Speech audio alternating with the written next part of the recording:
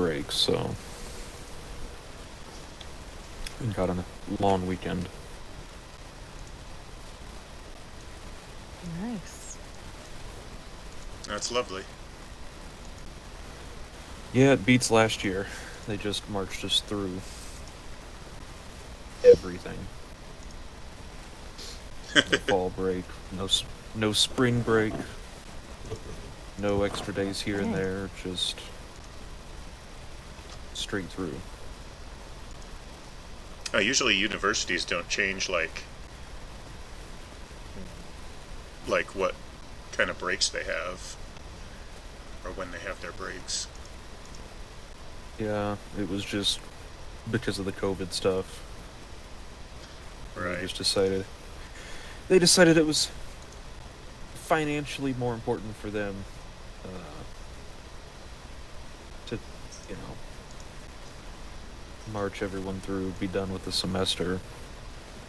So allegedly, nobody was dying enough that they couldn't come back and pay the next time. Yep. Mhm.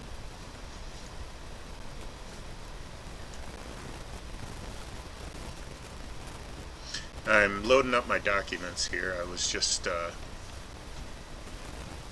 was thinking, I've got a whole bunch of undefined factions in Caesarea that if you wanted to, we could make up some of those.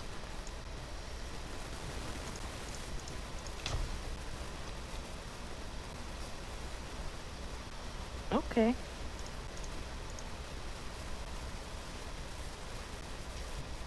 We can do that.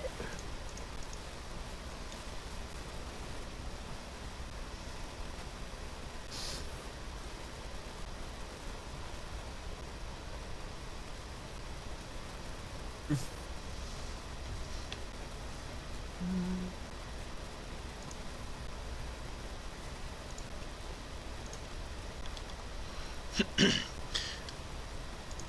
The Roll20 game is just sitting on the world map, and I wrote hi on it. And this link is already in there somewhere, but I'm just gonna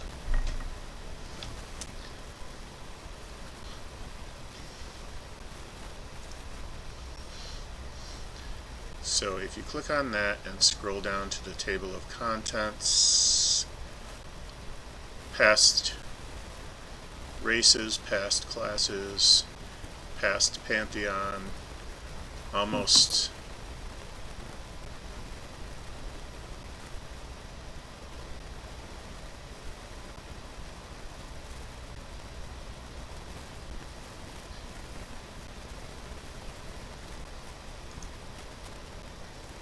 and okay, the link's not there yet. So if you click on the overarching details and then scroll up, it'll put you like right past the clans and tribes. So I have this huge table of just random clans and tribes that I'm gonna cut that down a lot. I'm not gonna use all of these, but I do have some like basic groups. So I just figured if you wanted to jump in on that, you know, if you have an idea for any kind of,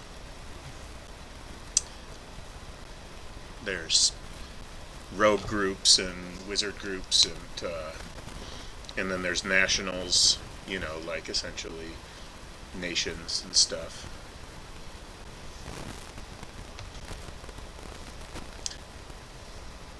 Okay.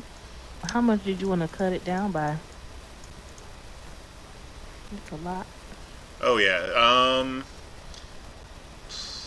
I don't know off the top of my head. I'm pretty sure no less than 50%, and that's probably conservative. Maybe as much as 75%. Okay. Whoa. And so there's a group of elven wizards that I just barely started for Zeentine. else is going to be important. This is the societies, factions, clans, and tribes thing, right? Yeah. Exactly.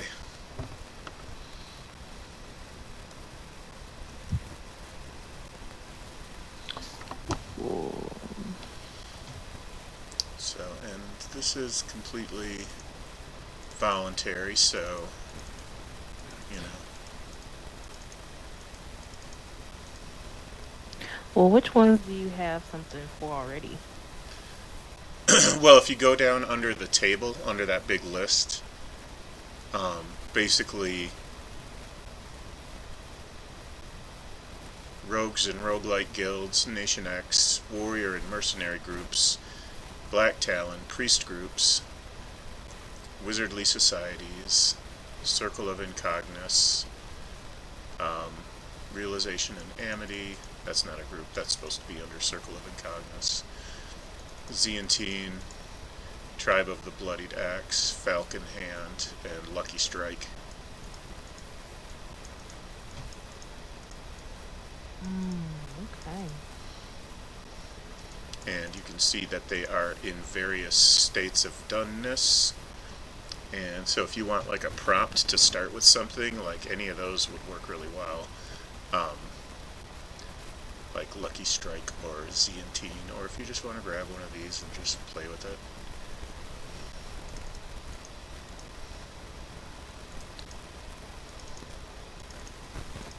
I'm thinking here.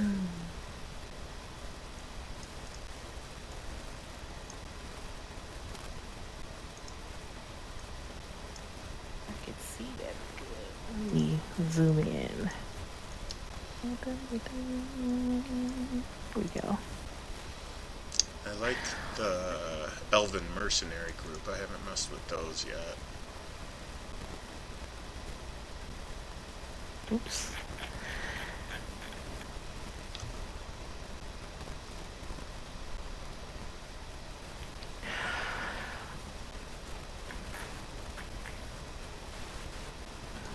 I gotta get back over here. I lost everything. Go back down. I zoomed in and everything disappeared. Classes, clans, okay.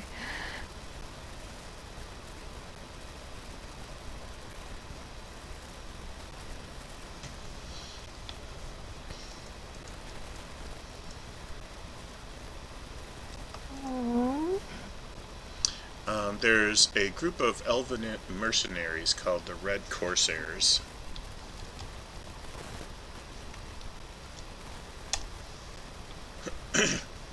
Do they wear red?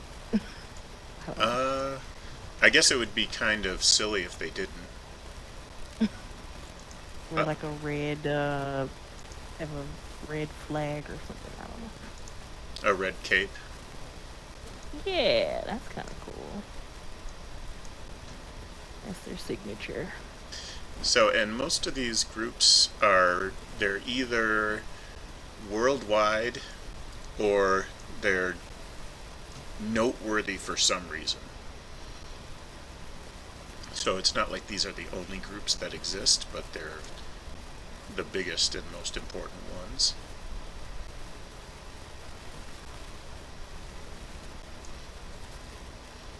Okay. And I've done next to nothing with Dvoria, so I wonder if I could make the Red Corsairs home base like in Trig or Enenka.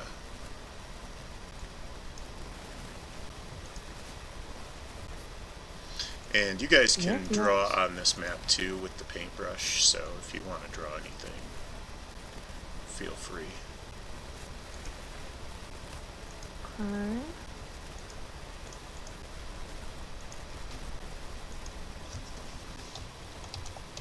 It's just so much, you know. Let's see.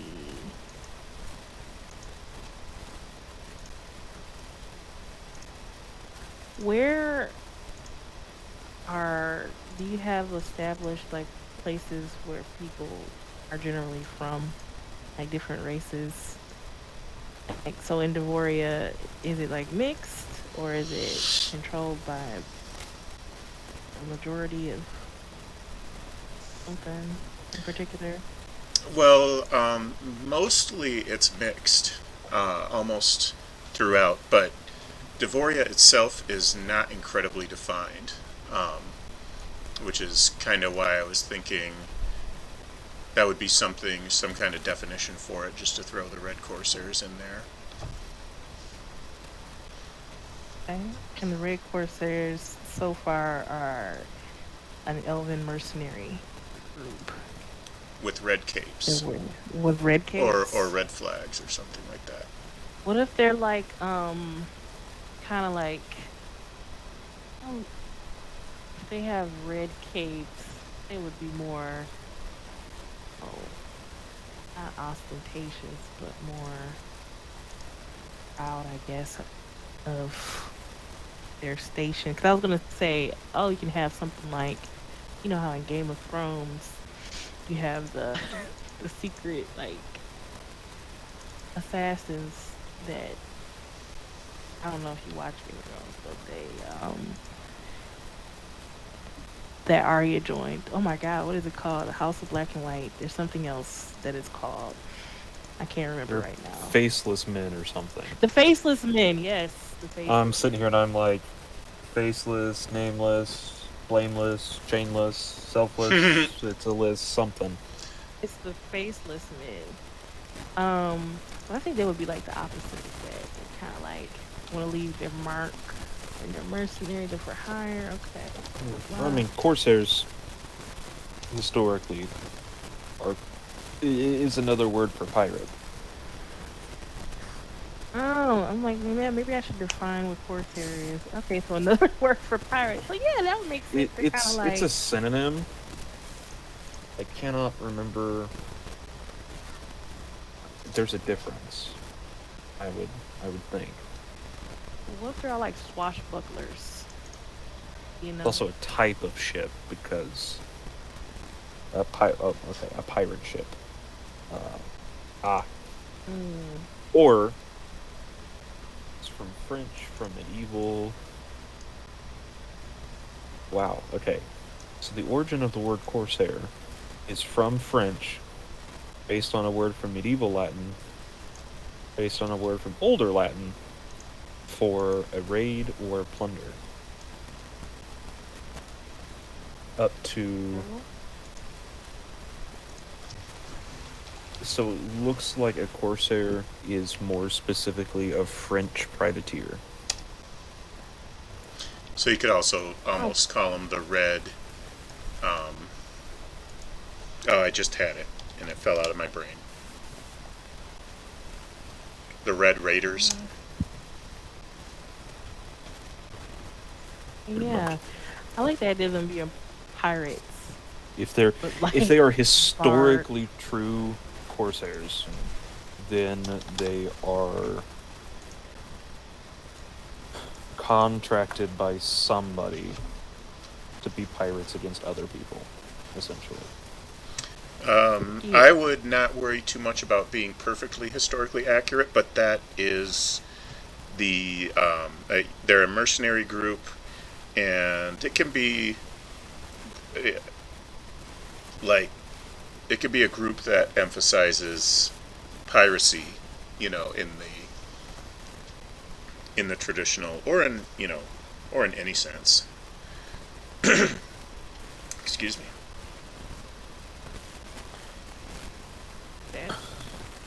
Since you've got Dvoria working on that, what is the Swervested Stad supposed to be for? Okay, so that land is a land that is untamed and never came back from the Dark Times, and it is overrun by like giants and feral dwarves. Like, they're not like normal dwarves; they're larger than normal. It's got a lot going from Norse mythology, but it's pretty savage. So it's not meant for, at least certainly not low-level adventuring. Not very much civilization there at all. Okay, what about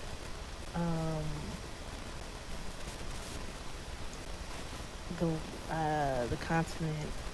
Oh, it Coromandria? Coromandria? Coromandria, yes. That's pretty much a composite of Australia, with a Mad Max flavor, and that has some definition, quite a bit of definition, but it's far, far, far from complete.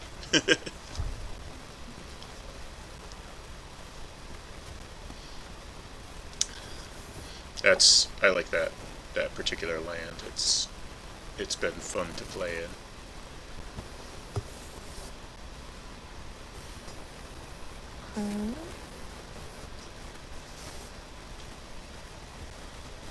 We got the rogues and roguelike guilds nationwide.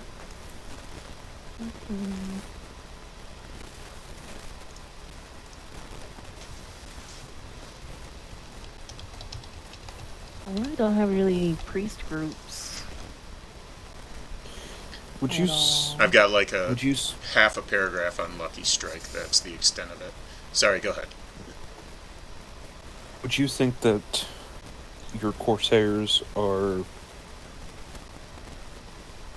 If they're pirates, they gotta operate out of one of the coastal areas. They feel. If you're basing on the look of the map, then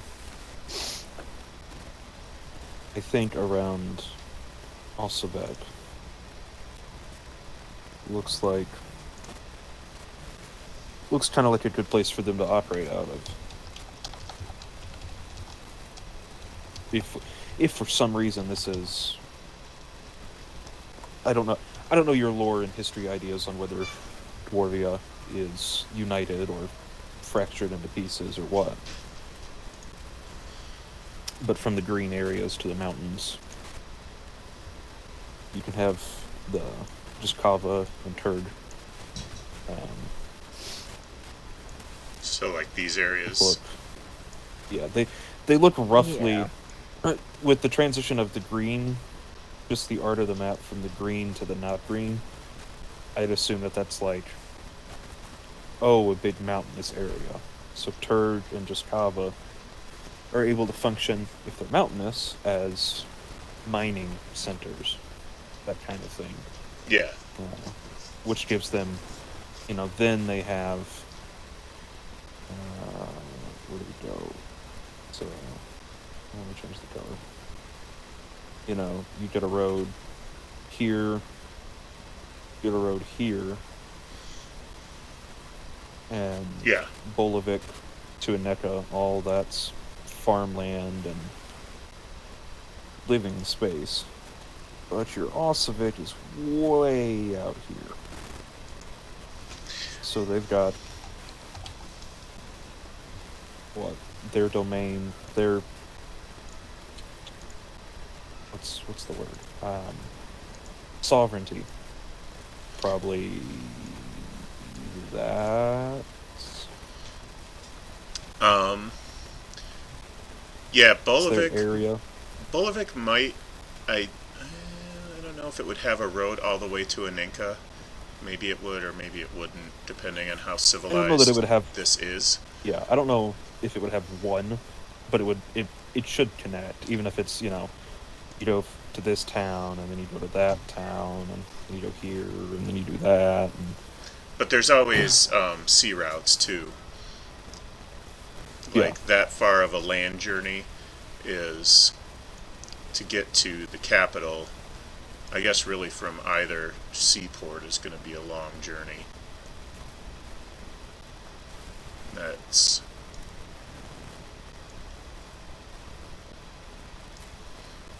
That's like closer to Trig, but Bolivec is like Oregon Trail journey. Yeah, at least it's flat and stuff can be in between and all that. And you do have the option for trig to go instead of straight. What 1110? You should go by C, and then come in and shorten it up by a third. So if that were the case, There could be another city right there too, maybe. yeah. I don't know how necessary it is, but it could be there. Yeah. Where's my color picker? It's a little city. Yeah. So if that were the case, you still have all of those cities can produce something. But Osivek is sitting out. Part of it, maybe a little militaristic, because it's only 900 miles allegedly by land from this whole wild Norse-themed raider area.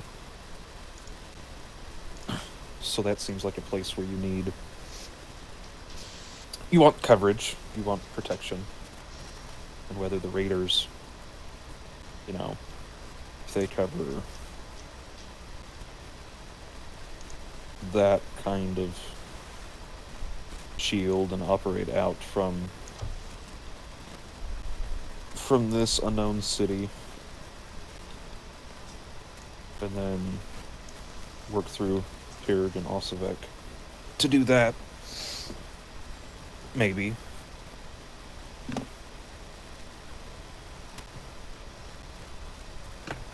Whether the Corsairs or other military somethings. So, and the Corsairs can be like Merchants. hired too, so if they need to raise a bigger military, then they could hire them. Whoops.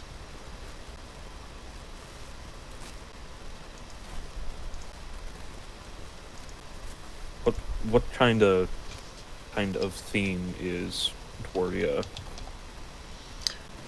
It's a Russian theme more than anything else, and that's about as much as, like, we just defined more for it than it ever has been, so.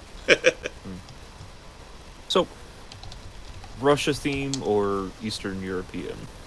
I think either would work fairly well.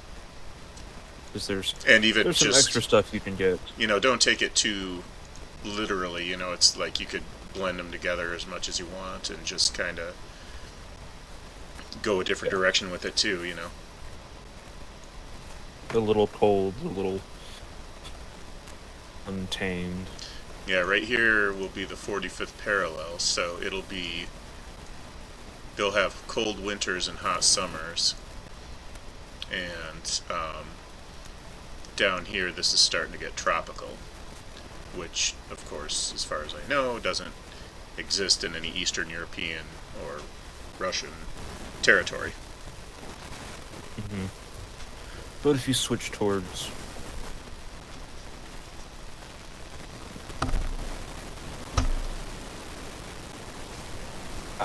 yes, there is the Middle Eastern territory closer to Frisco. Yeah. What's the region? Middle East to East.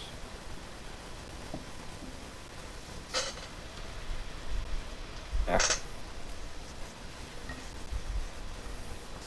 need a picture with a line, but I actually also need a historical small consensus. Okay. I'm gonna look at.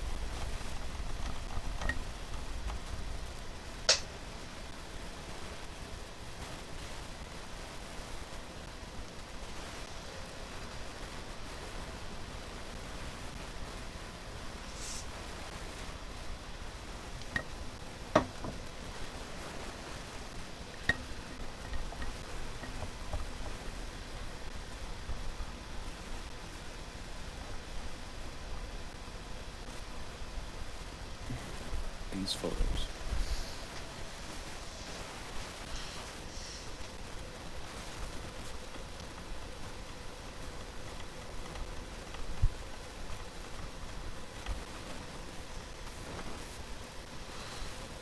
Okay, yeah. So it looks like the Eastern European boundary, Poland, Romania, Bulgaria, Czech Republic, Slovakia, Hungary, Serbia, all the EAs. Greece isn't included. They're not part of the Middle East.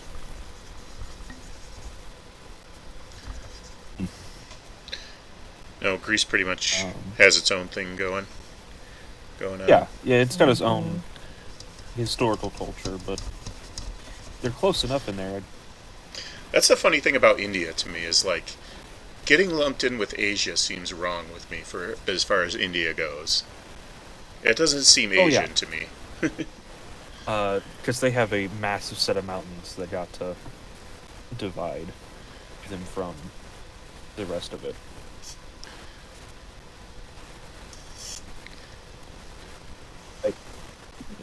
Well, yeah, Greece does too. Because is it Hadrian's Wall?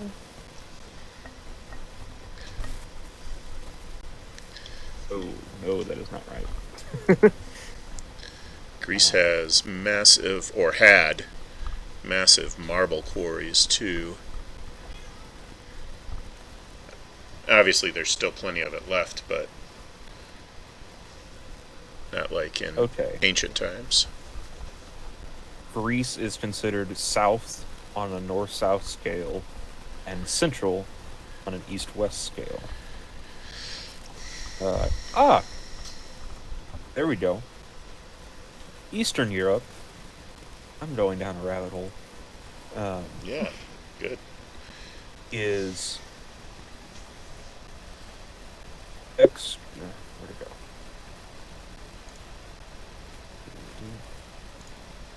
One definition describes Eastern Europe as a cultural entity, a region in Europe with the main characteristics considering of Slavic, Greek, Byzantine, Eastern Orthodox, and some Ottoman cultural influences. More communist, and one of the... I'm not sure where it went. It is also considered formed by dominant Orthodox, by countries with their dominant church being Orthodox.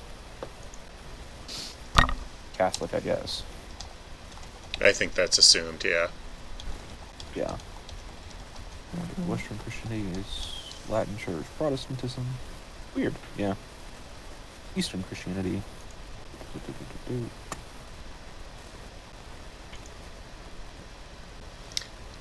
I am also going to put one more link in the chat, in the Discord chat for my note document. This is just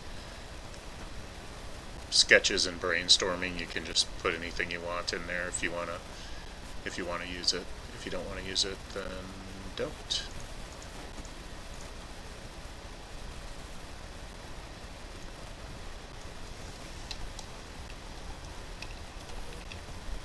I was just making a couple of notes on, some of it's a mess too. I was just making a couple of notes on Dvoria being Russian or Eastern European and Orthodox Catholic.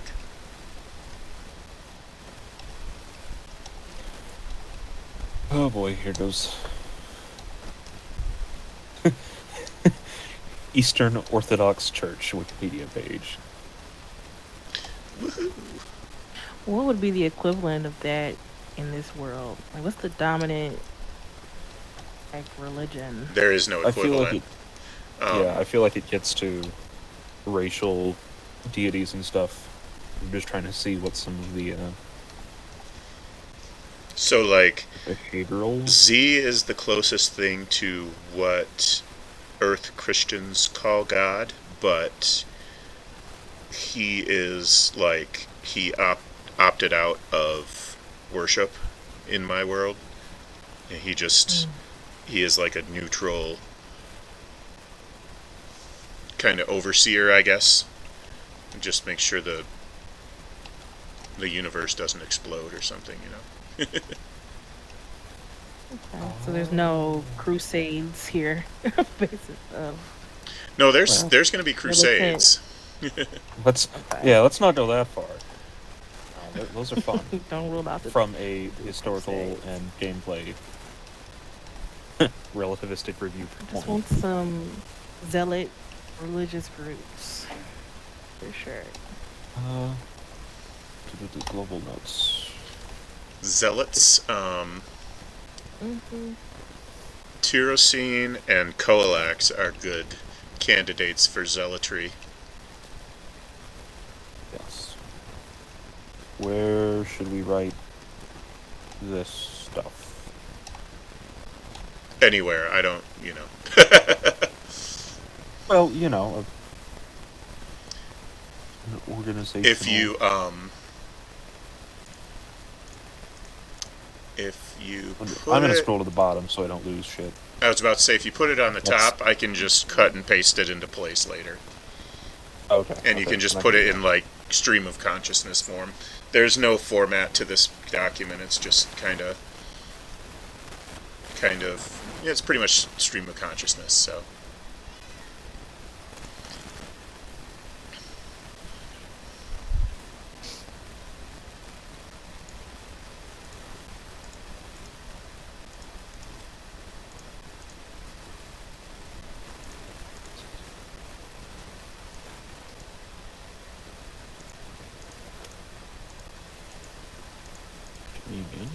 One of my notes down at the bottom says smartass leprechauns that are all pissed off and put out that they encountered the PCs, like sarcastically, like, "Oh, I don't have anything better to do with my day. Here's some treasure. That's what you came for, right?"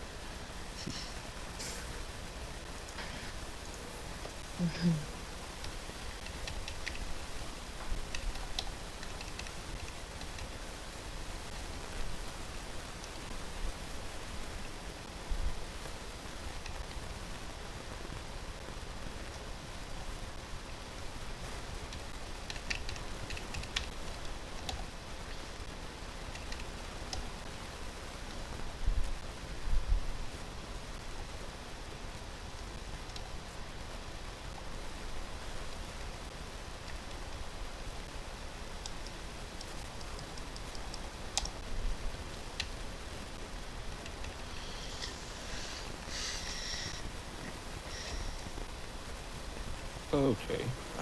The communical patriarch. Putting this into columns.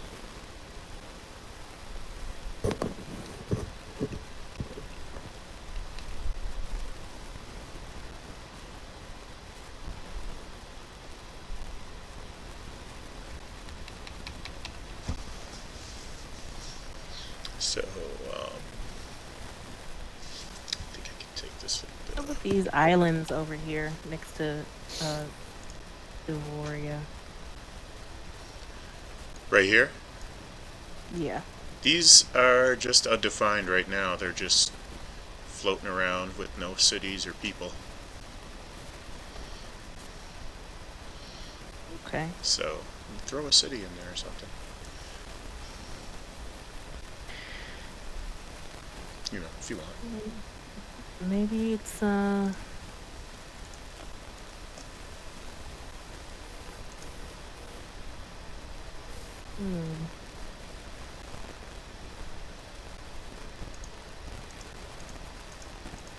think what would prosper next to this. Like what would come out of being near here. What's interesting is what's the trade gonna be like for these people, right? 'Cause, Probably, I mean, would you be trading in through? yeah, probably tropical fruits, fish, spices, booze, and Yeah. drugs. That would be my guess. Sounds awesome. But wouldn't the main port and mines, I guess it can go off of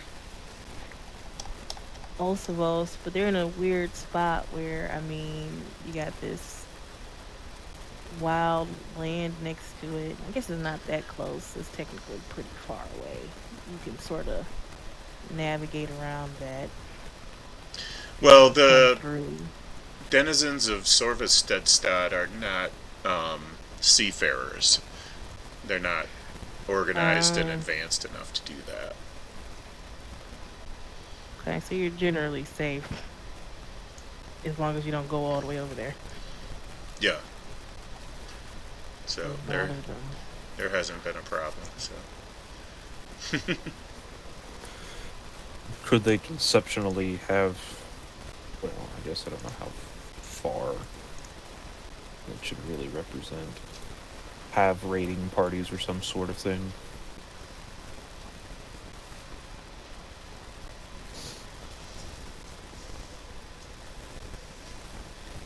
I mean, if they don't have vessels, if they're not seafaring, I mean, they could, but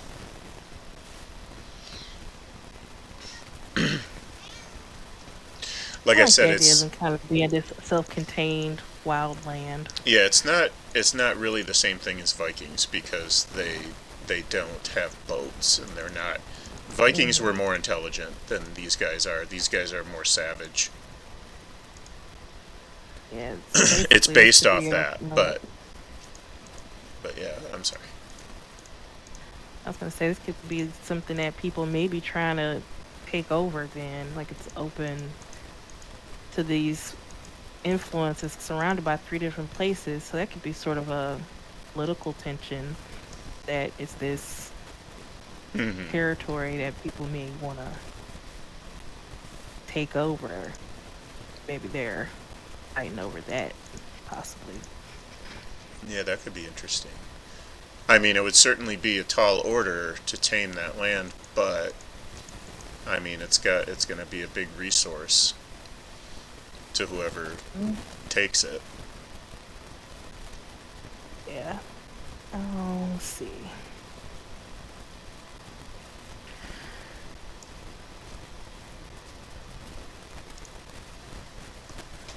Yeah, and I made these names easy. Sor Vesta. Oh my Sorvestedstad, I think. Sorvestedstad. Sorvestedstad. god. This Sorvest. is bad. Have loud. Um.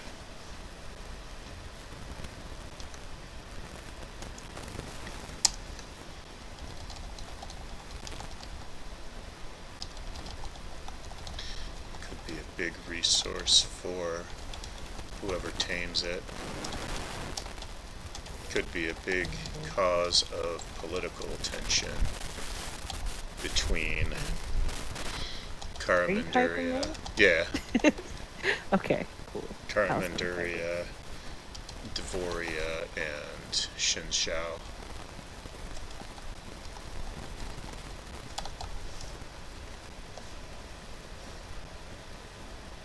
These islands could be just sort of like a vacation sort of spot. I don't know, like something where it's sort of kind of like Hawaii, but where Yeah, it's supposed to be paradise, but then the locals are like going through it because everything's going towards almost tourism. I mean, this is a big continent. People could come from over here to over here, and from this spot to go. It could be something interesting. It's like a local, not local, but a site place to travel to, mm-hmm. do interesting, like drugs and go to beaches. I guess because this would be tropical, so it'd be fun.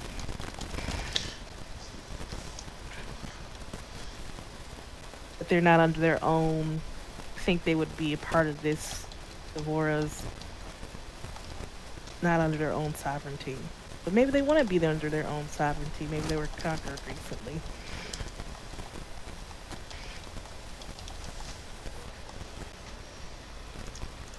So there's some tension there.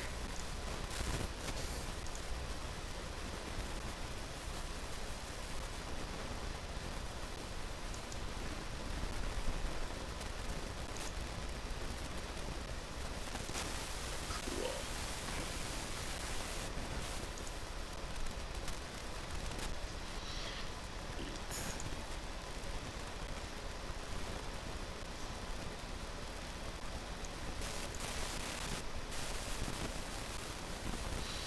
So this Sing Chao is like I don't know how to pronounce that, but that's like China basically, or Asian influence over here. Yeah, it's kind of all of them mashed up. So the islands are kind of Japan, and this area is largely China. So it seems like it's sort of the opposite, like going further east, you're getting more civilized, basically, or like it's getting more controlled by the dwarves. There's more, there are larger cities further east.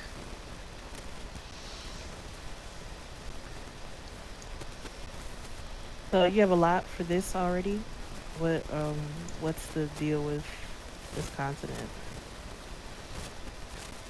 Well, it's got 2 portal cities. So, and the wizard in our campaign was residing here,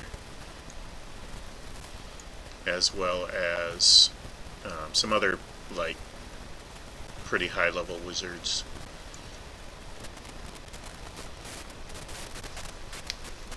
You could also have a samurai that initiated there, or originated there, I guess. And you could have, the Eastern flavored characters from there. One sec. Yeah, no problem.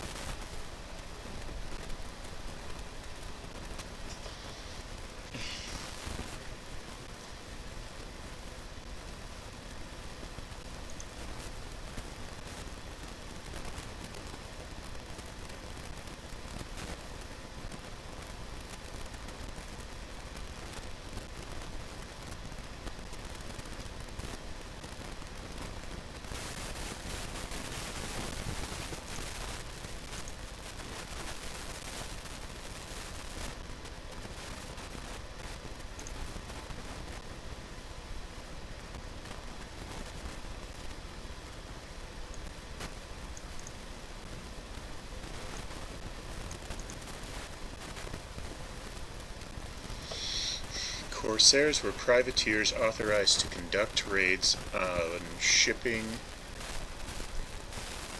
That doesn't make sense. I think they mean on ships that were carrying cargo of any nation at war with France on behalf of the French crown. Seized vessels and cargo were sold at auctions, with the Corsair captain entitled to a portion of the proceeds. Corsairs were considered legitimate combatants in France, providing the commanding officer of the vessel was in possession of a valid letter of marque.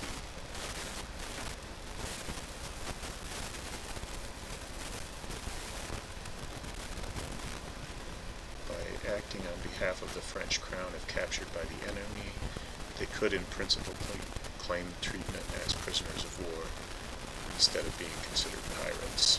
Because Corsairs gained a swashbuckling reputation, the word Corsair is also used generally as a more romantic or flamboyant way of referring to privateers or pirates.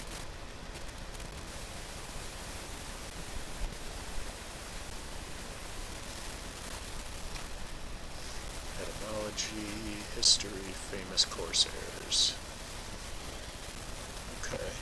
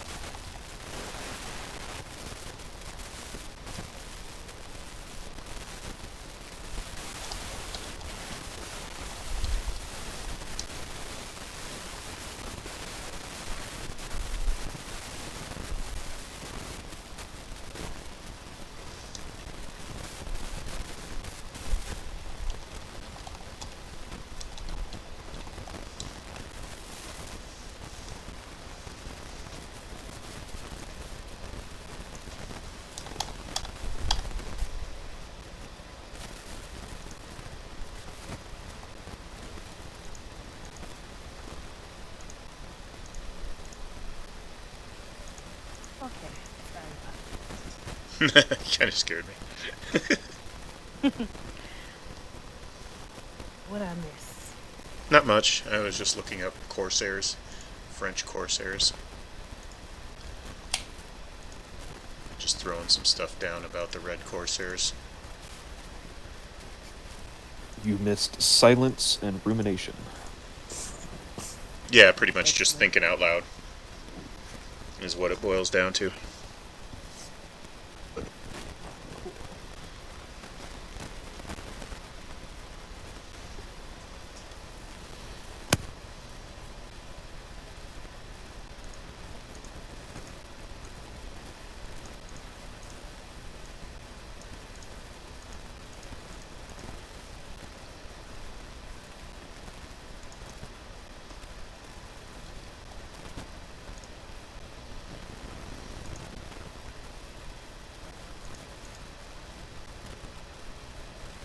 Nice. We got a lot of stuff.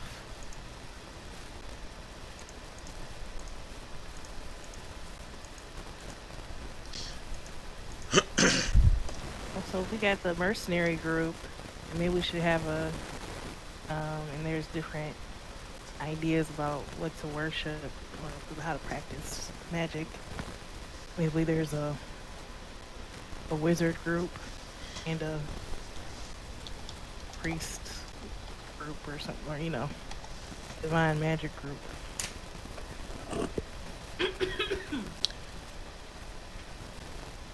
I wonder if I can find... I'm looking up worship in Russia. Whoa. There's this painting of the Trinity that looks like a weird acid trip.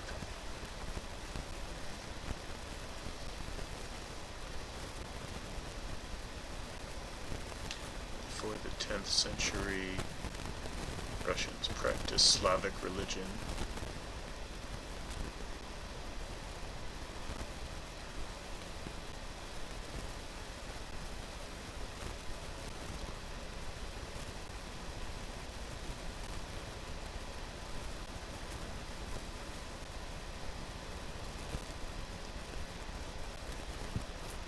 Yeah, overall, I when you look at all of the things that Catholicism has and has been spurred by Soviet history is whack.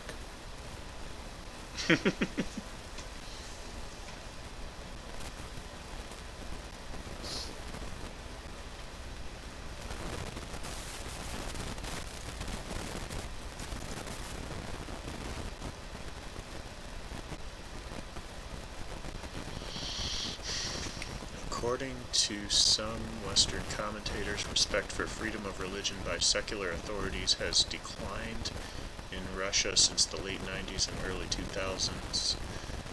In addition, the government continues to grant privilege to the Russian Orthodox Church, not accorded to other church or religious associations. In 2006, a Marie pagan priest, Vitaly Tanakov, was successfully convicted of extremism and sentenced to 120 hours of compulsory labor, having published a political religious tract, A Priest Speaks, which in 2009 was added to the federal list of material deemed extremist.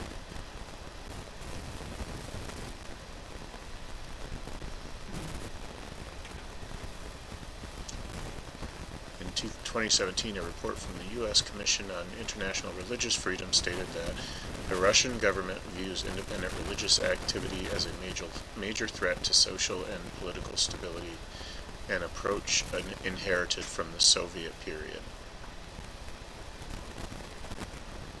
Thus, for the first time, the USCIRF classified Russia as one of the world's worst violators of freedom of religion, a country of particular concern under the International Religious Freedom Act.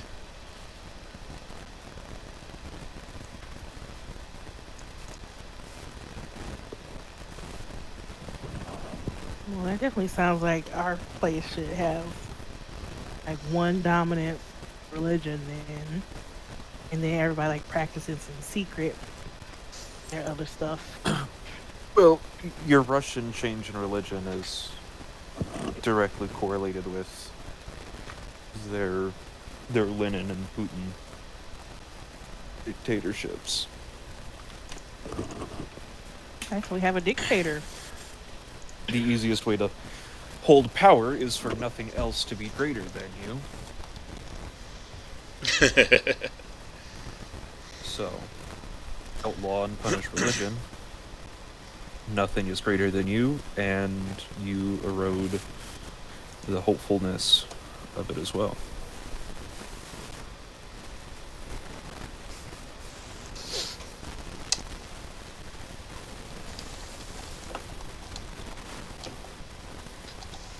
Because Russia, as opposed to the rest of Eastern Europe, as far as I understand, is very at Eastern Europe that isn't Russia, and really, I mean, still parts of Russia, I would assume, because Russia's huge, have a heavy Orthodox Catholic presence. But a bunch did leave over the last 40 years.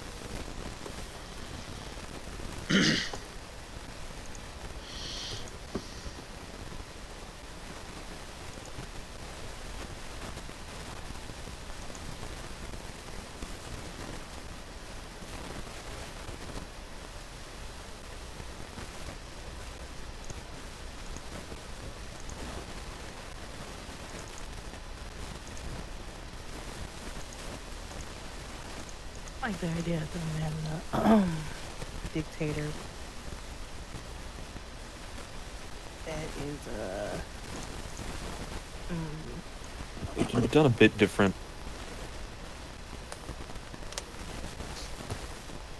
You could have a nationwide dictator, or in the way that you have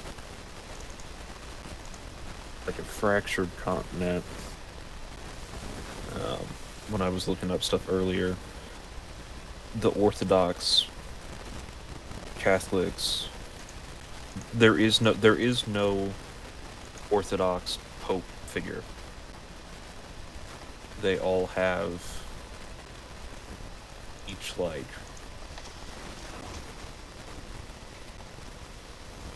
principality has a patriarch. So for most parts, that patriarch is the one that's calling all of the rules there, and calling the religious decisions. So if you have one patriarch that says, oh, well, arcane magic should be banned and punished, you have one that says, that guy's full of shit. Yeah. You go back and forth with dictator-esque operations brought about in a different way. You could have like a full land dictator, or emperor, but he is largely aloof and hands off. So you get like these more localized dictators, like regional or city. mm-hmm.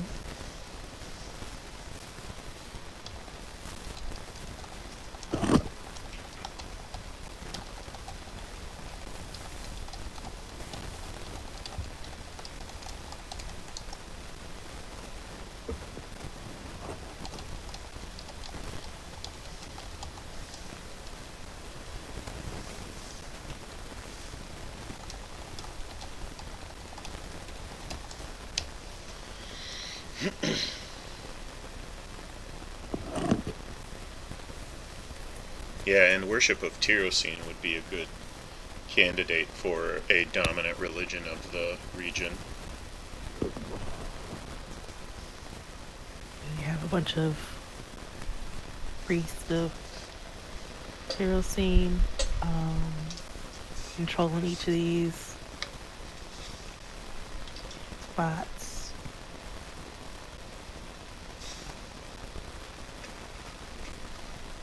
And the main guy is in the capital. It's the emperor or whatever.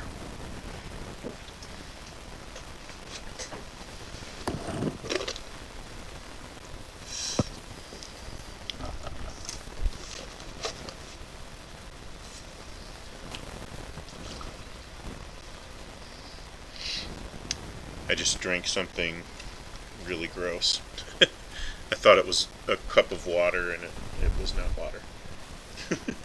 Ew. Oh no. It's okay, I do have some water right here, so. At least it wasn't soda that you confused with your father's dip spit. No, it wasn't anything like that gross. It was just something that wasn't water that had been sitting out too long and just was yucky. You only make the former mistake once. And then you never forget to check again.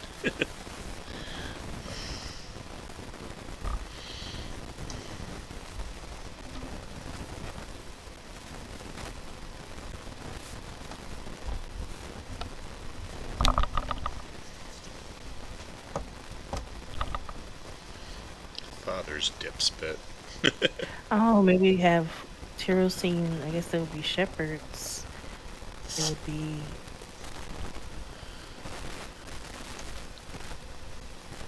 leading these cities. Some knights and some Valkyries.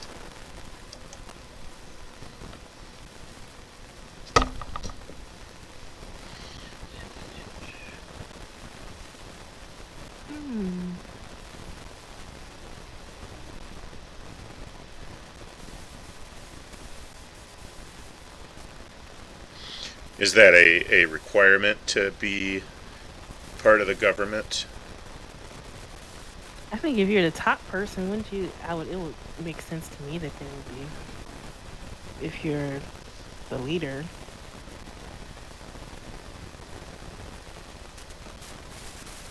I think you could probably work in the government about that, but I don't know what y'all think. I think you would have to be a knight or a Valkyrie. Have to be a knight or a Valkyrie to be above a certain level. Yeah. In the government. Mhm. Yeah. That works.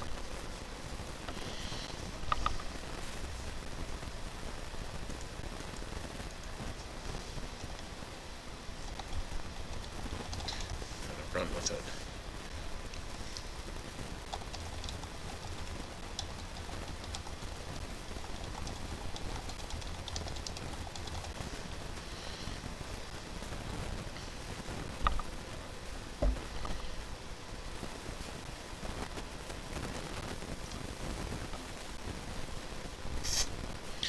And historically, Corsairs were able to conduct raids on enemy ships, and just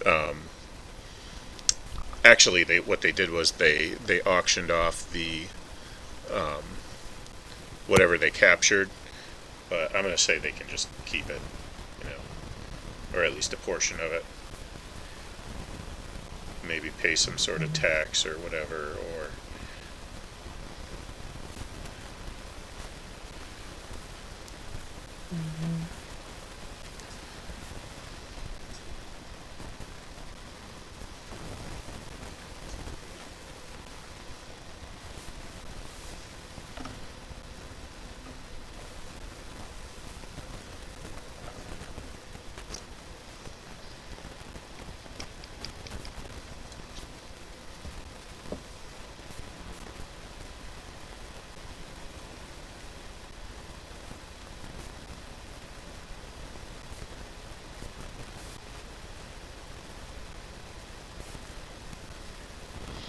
ooh, you know what I should do? I should go on Facebook and throw it into one of my groups and let them see what they spit out. Because those guys sometimes have sometimes it's just some idiot saying I'm an idiot, but a lot of them have useful stuff to say. Yeah.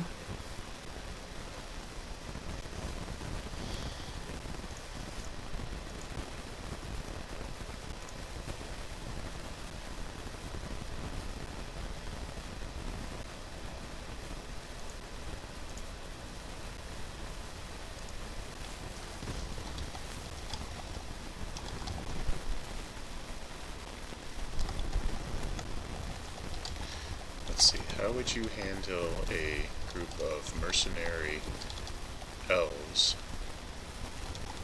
We'll call them the Red Corsairs, operating within an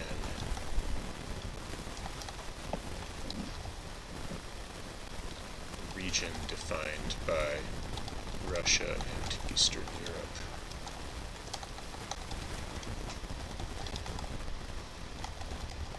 They have authority to raid enemy ships and collect spoils in the name of the crown.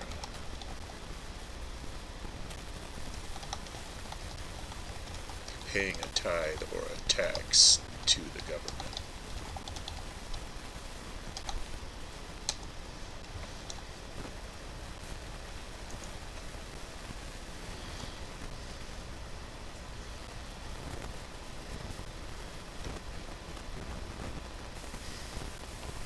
It does mean that the Corsairs and whoever hires them has an enemy, though. Well, yeah, and I think the dispute over Sorvestedstad is a good springboard for that, and that could mean actually quite a few enemies, but largely speaking, Kuramanduria and Shinshao.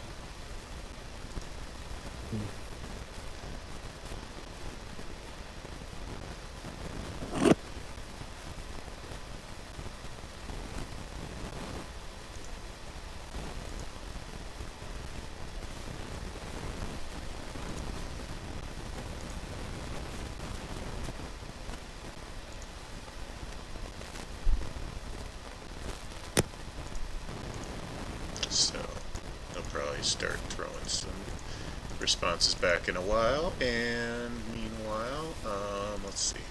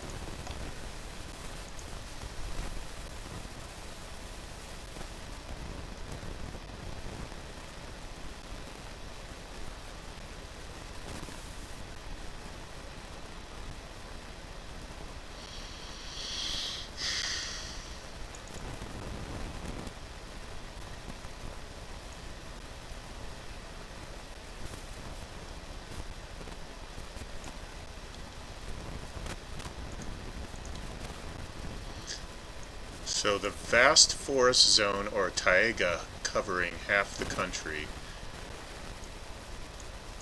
The vast forest zone, or taiga, covers half the country.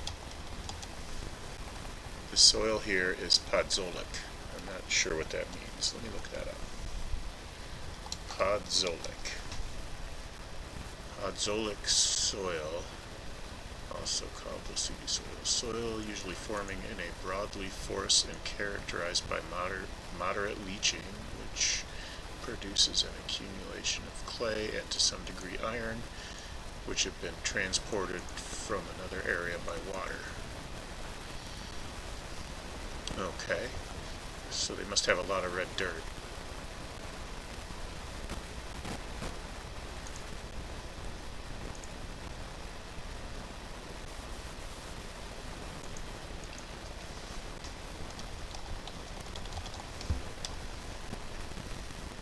Yeah, even in even in Minecraft, Podzol is like a reddish brown.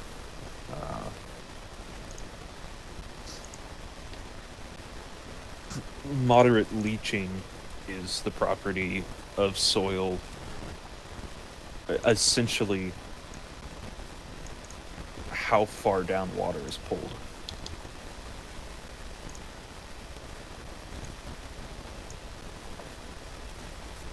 So the higher the leaching, the less water actually available in the upper levels. So you need things with that grow large enough to have really deep roots, or they're not going to be able to get as much water. Okay. Combined with the cold is where you get a lot of trees and stuff like that, trees and bushes that are there, and not an awesome place for a lot of crops.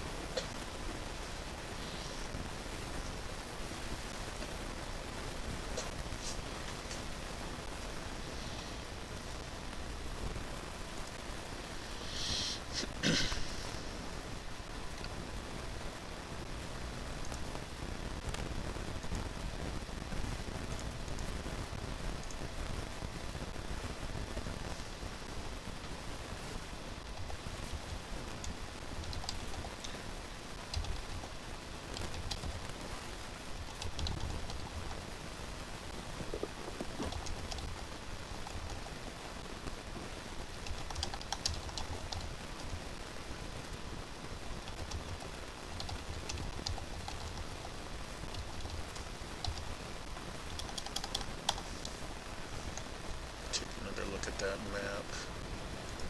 I don't think this is going to go far enough north to get maybe the very tip. I mean, this would be like North Dakota or the Upper Peninsula of Michigan or something. Maybe even a little further. So that could get into a little bit of tundra.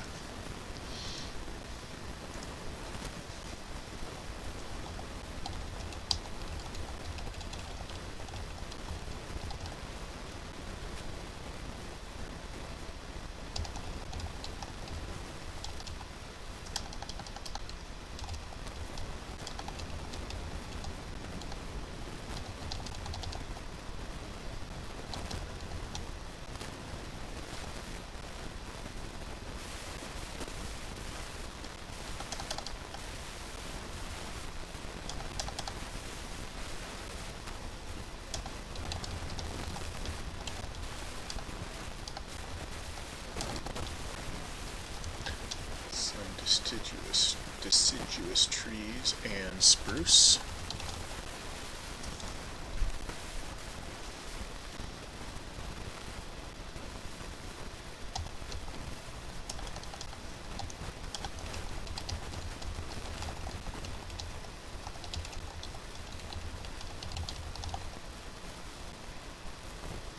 The bulk of the land supports a wider variety, including spruce, pine, fir, cedar, and some deciduous trees.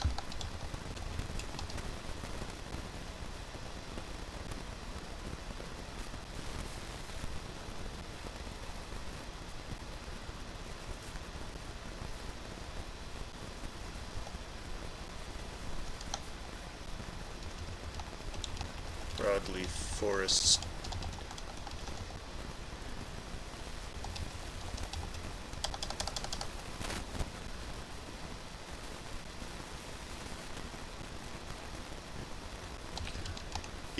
broadleaf forests dominate the landscape.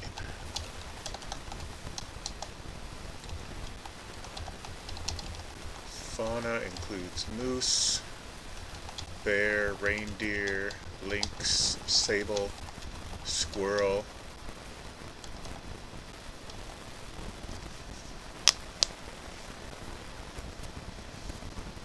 and elk. I'll be back in a few. Okay.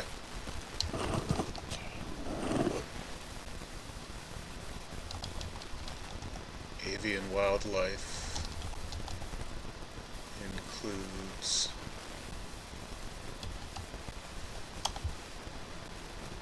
owl, woodpecker,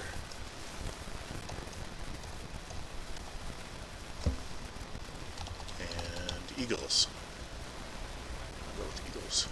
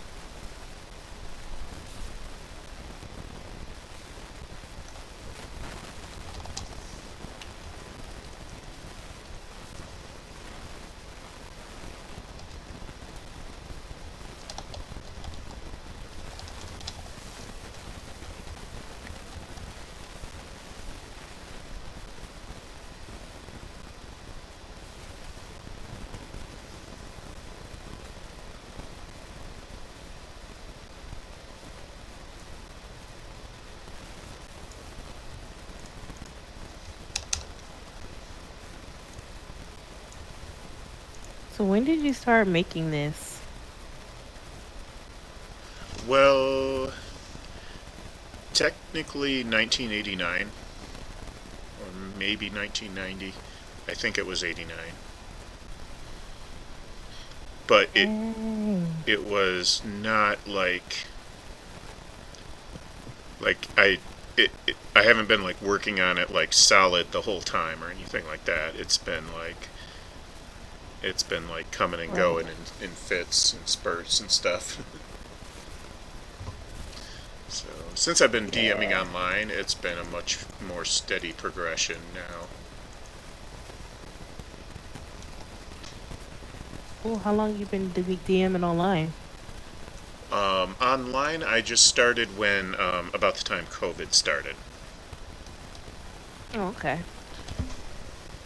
So Yeah. because of COVID, my in-person group was unable to continue. So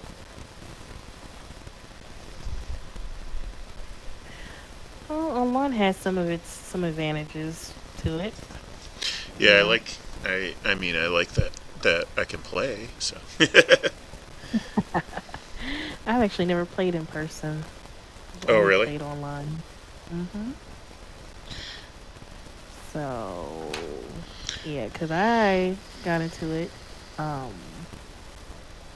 I guess I started listening to podcast, well, shows and stuff during COVID, and I Hmm. just started playing earlier this year, playing myself. That's pretty cool. Yeah, but I'm always been super into fantasy and science fiction and stuff since I was very young. Yeah, I love I just, it. hmm I just didn't know about. I guess I knew about D&D, but I didn't know like really Really, what it what it was was. about. Mhm. Yeah. Pretty awesome. Took over my life basically. Yeah, sometimes it does that a little bit. Mhm. I'm in 3 games. Well, I don't know if this game will continue, but or how it'll continue.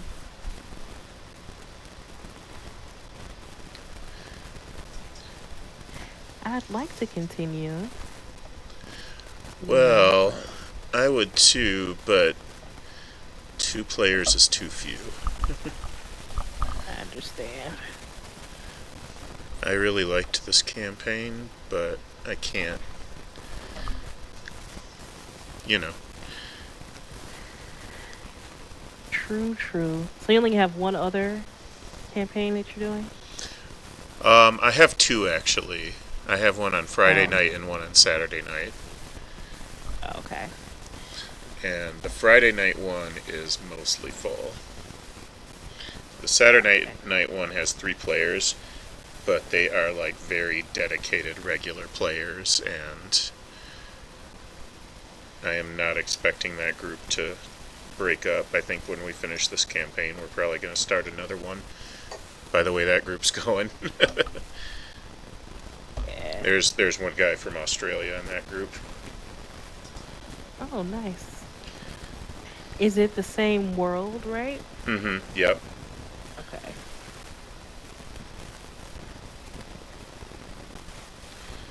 How many people are in Friday? Well, Friday was 6, and I think I'm losing one. I'm not entirely clear on that, but I think he's got to punk out for a new job that he got. Mm. Oh, okay. And 5 is plenty. I like 6. 6 is pretty much my cap. I think a 6-person group is the funnest group if you've got the right players. Without the right players, it can be a little chaotic, but Yeah. Well, getting into a lot of players can, yeah, definitely get chaotic. I was a part of one group. We had like 10 players, and I was just like, this woo! is too much. Yeah. It was nuts. I had to leave. I think several people left, so then it ended up probably being 6 or 7 players at the end of it. But What works really well with big groups like that, I found, is to have everybody roll initiative, and then you just, not even for battle, but you just cycle through it and have people speak in turn. Like, have people speak when it's their initiative, and that gives everybody a chance to speak, and then the people who would usually not be as likely to speak up amongst a bunch of competing voices, will get a chance, Exactly. That's something I learned playing online. I just kind of tried it one day, and everybody thought it was super cool. They thought it was an awesome idea. Yeah, it definitely would have helped that craziness. I feel like I never said anything. I was like, I'm just kind of watching the story unfold, but that probably would help.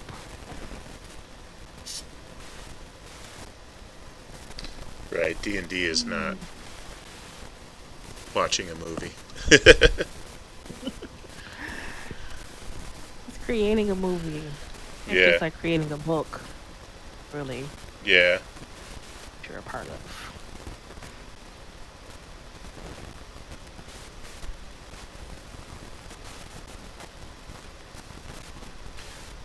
These Q-tips are just falling apart.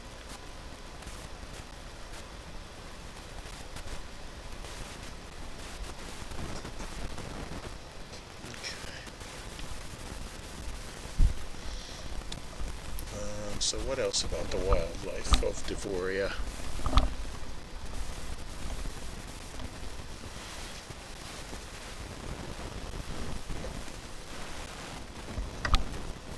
What sort of magical sort of creatures would live here? That would be a good question. We are in a... I don't know. Yeah, magical creatures that roam the land. That's a really good question. I usually don't address that in flora and fauna. Would include hippogriffs, griffins, Kirin, dragons. There's always dragons.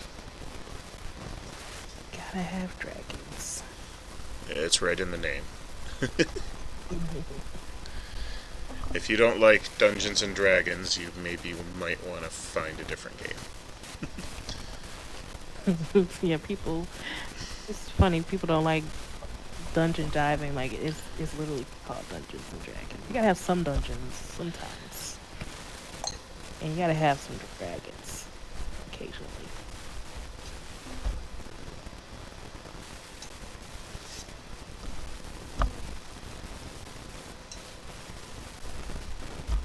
Oh, did I forget to throw a dragon out? I don't think we ever encountered a dragon in our game.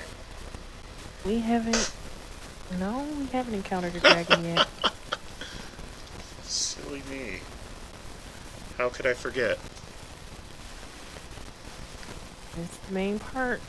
Half of this game. Dragons.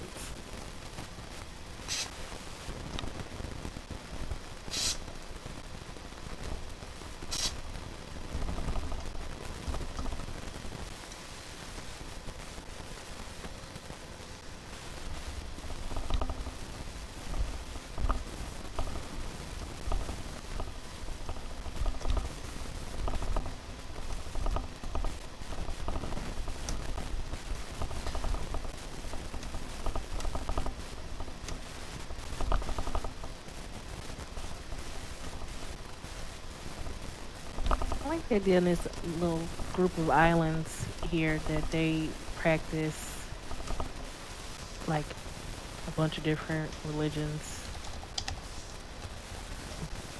Not in secret, but it's kind of like, look, make sure we don't see that, because they're not attached, because they're not part of the continental of the rest of it. They kind of have their own, It's different religions are practiced more openly. Yeah, it's a little bit more open, but you better not get caught, sort of thing. Like, I don't know, it's less oppressive. Yeah.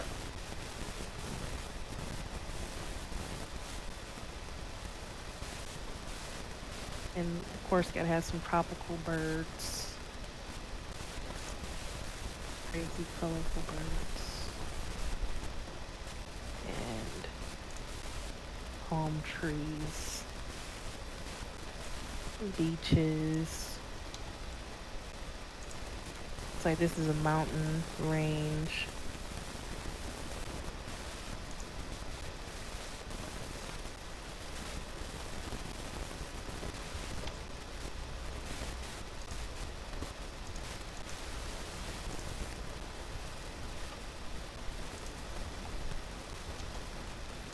I think they have their own leader,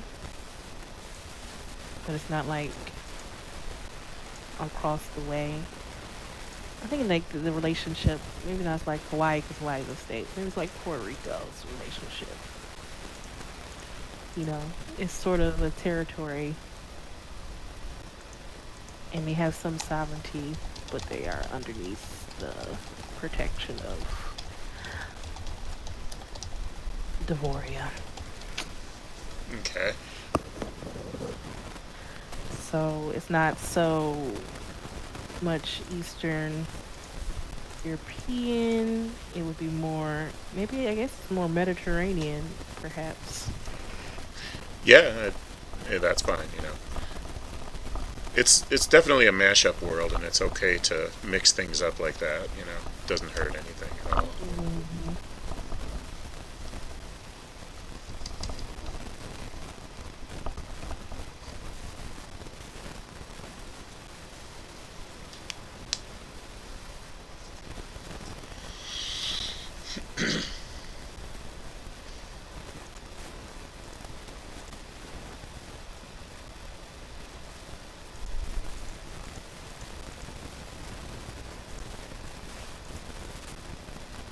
So if we think about this as a globe, then the Isle of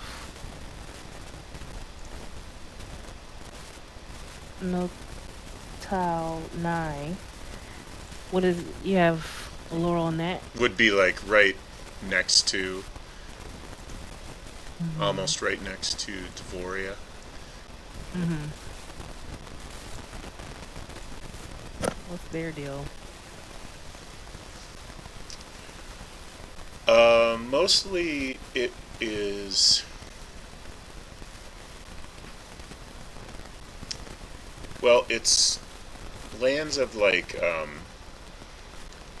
Lost World dinosaurs and stuff like that, and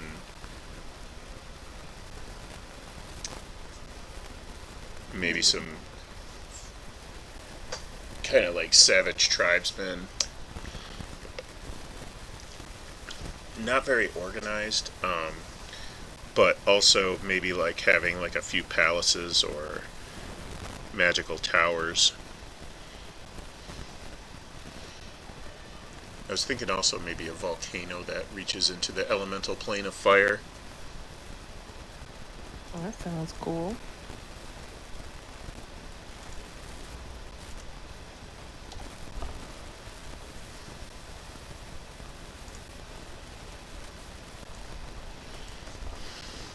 Hi, kitty. I haven't pet you today. I know. Yeah, she's not happy with me. You gotta pet the kitty. Kitty, kitty. I've been ignoring her all day long.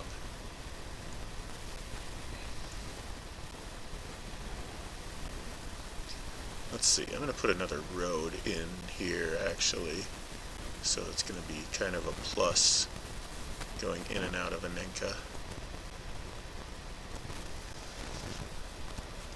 I don't think I want that extra large brush. Or other city that'll be right here.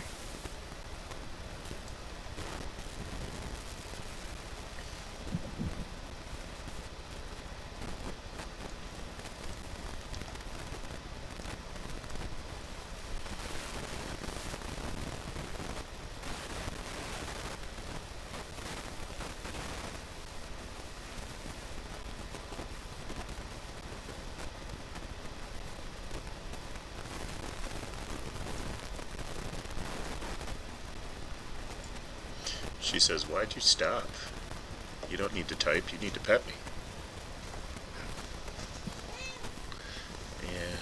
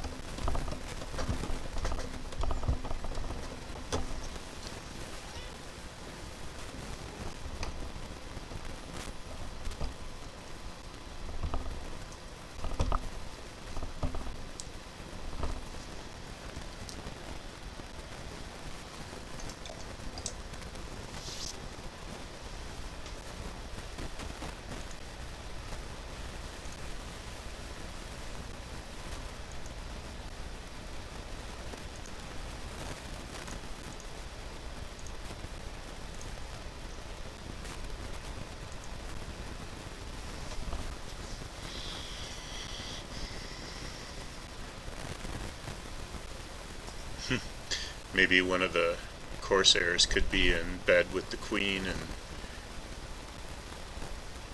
have some kind of underground dealings or something like that.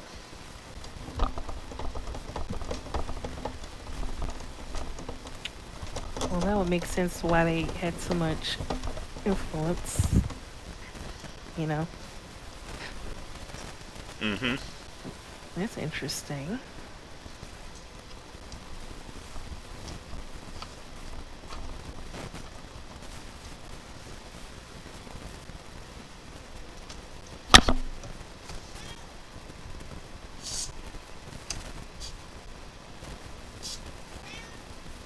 So it's a queen.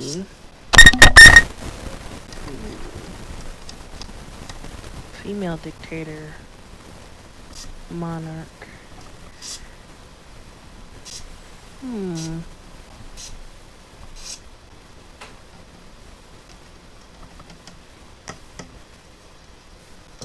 What is the Dwarven Empire? Is it there's an emperor and it's Yep. Okay. Are there any democracies across the world? Yeah, the Dwarven Empire is actually beneath the Emperor. It's fairly democratic. And there are parts of Kiriska, like Kiriska is completely fractured, and there are just competing baronies and kingdoms and such, some of which are democracies, some of which are magocracies, some of them are dictatorships. It runs all the way through the spectrum.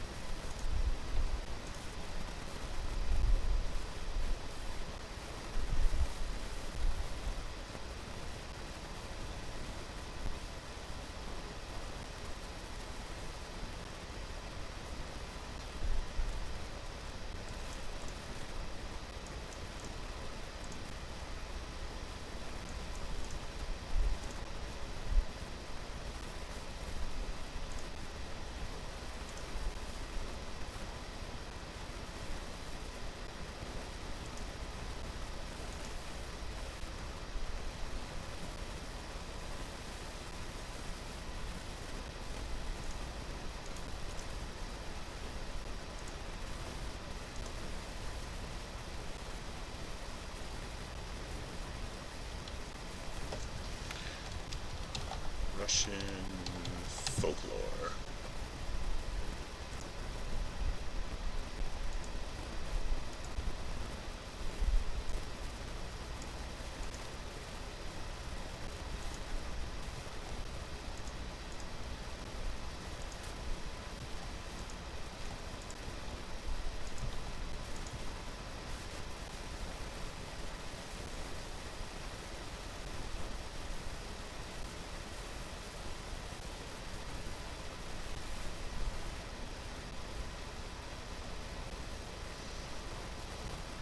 Consider 1920s, the Soviet Union's golden age of folklore.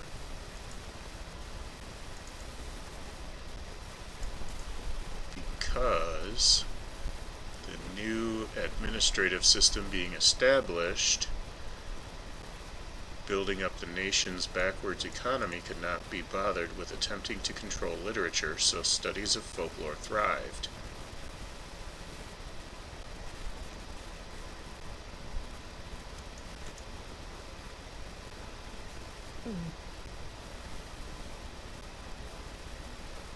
Cool. Once Joseph Stalin came to power and put his first 5-year plan into motion in 1928, the Soviet government began to criticize and censor folklore studies. Stalin and the Soviet regime repressed folklore, believing that it supported the old Tsarist system and a capitalist economy. They saw it as a remnant of the backward Russian society that the Bolsheviks were working to surpass.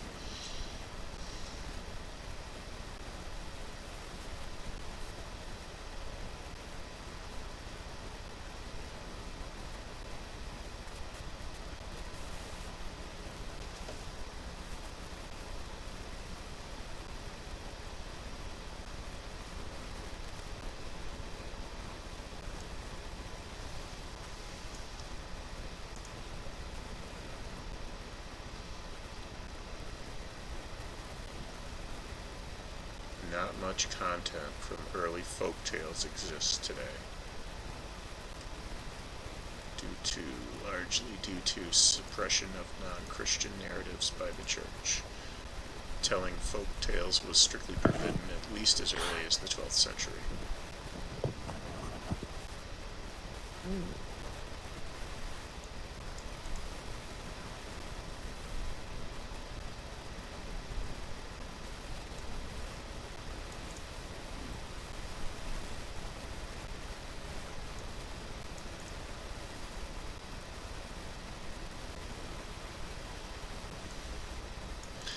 Oh, right, Baba Yaga is Russian.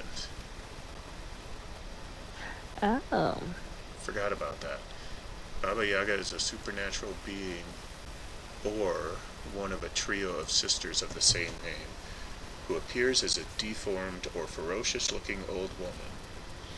In Russian fairy tales, Baba Yaga flies around a mortar, wields a pestle, and dwells deep in the forest in a hut, usually described as standing on chicken legs.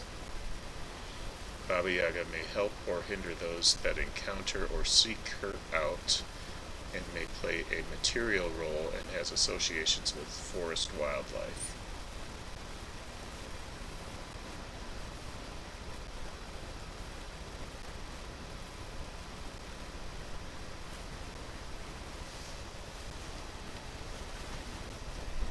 Interesting.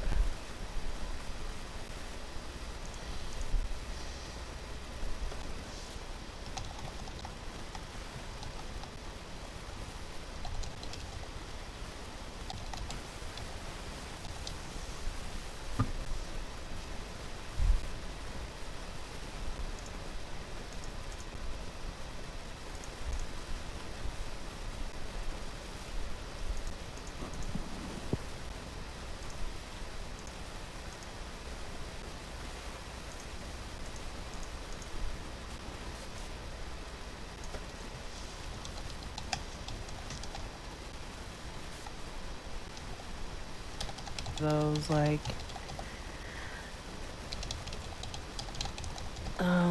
like a boogeyman in the mountains. Papa Yaga. We might have to call it that, but maybe there's story of that that's suppressed by the church or the, the people in charge. But people really like go missing when they go through here off this road. It's from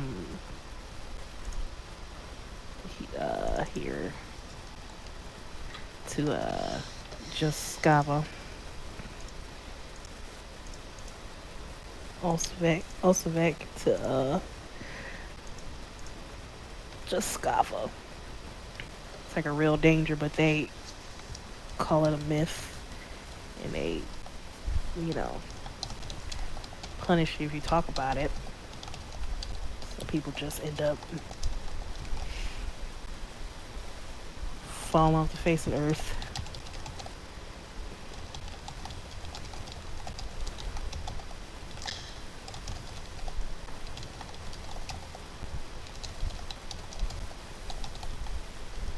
Local mythology and folklore suggests that helpless travelers who stray too far off the beaten path may get roasted and devoured by Baba Yaga. But recounting these tales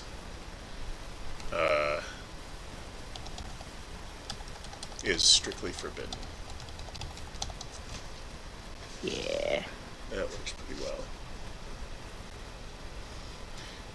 Dvoria is a dictatorship governed by a Grand Tsar with a strong military backed up by the Red Corsairs.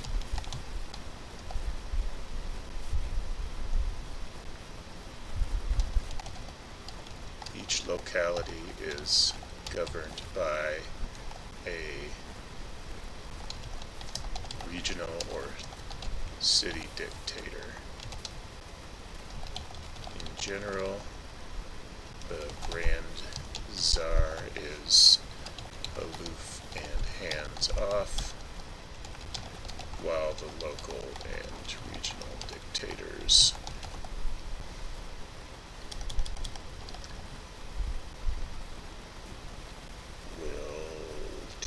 will take a more closely managed approach to governance.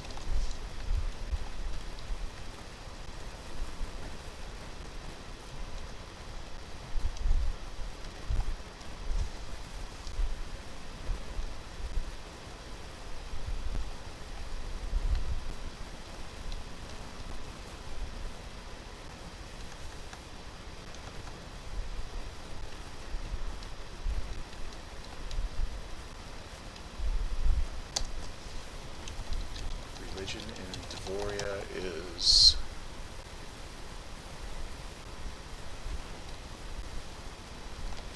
strictly controlled, with the dominant religion being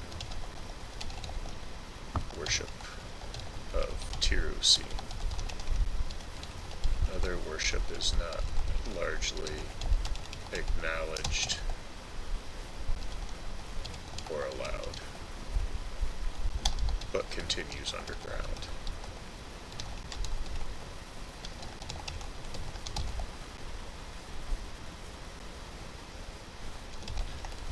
To attain a high level in government,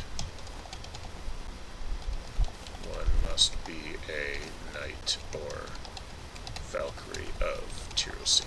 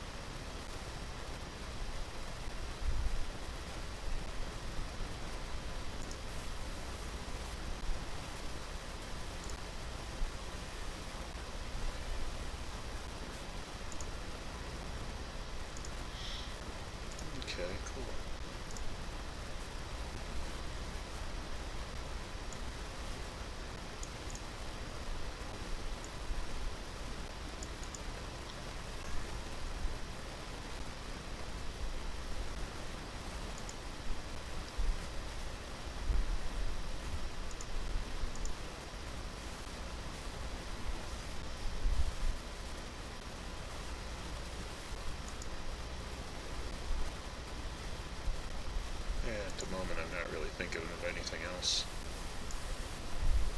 I wonder if this needs any... Well, I do need to name that city. I usually look up cities when I name cities. So, like, if I get a list of Russian cities...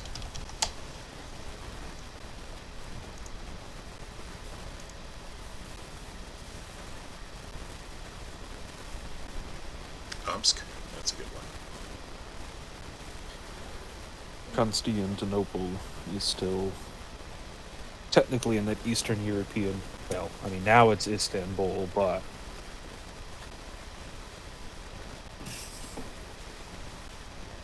it's nobody's business. But the Turks, yep. Scoff, that's a good one.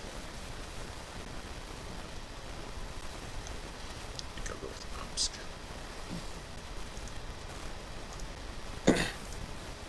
That defines a lot. If you have this overarching setup of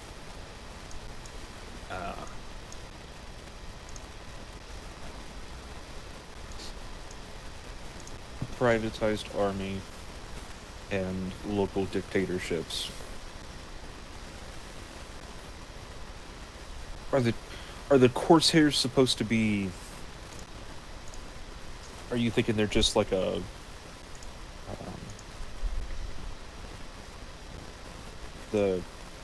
whatever the Game of Thrones, the Golden somethings? Well, the Assassin's Guild, not exactly. I'm now leaning more towards kind of. Oh no, there's a golden. The Golden Company or something. Yeah, whatever the hell that they were called and weren't used for. Had elephants. But was just called the Golden Company. Okay, essentially, just a professional army on standby with rules and stuff, or are they pirate type? They are that, but they're legalized? also active pirates on, like, during peacetime as well, or I mean, it doesn't have to be piracy. They could be actively just sailors, during peacetime. If that makes sense. I like the. Yeah, like I'm being thinking pirates.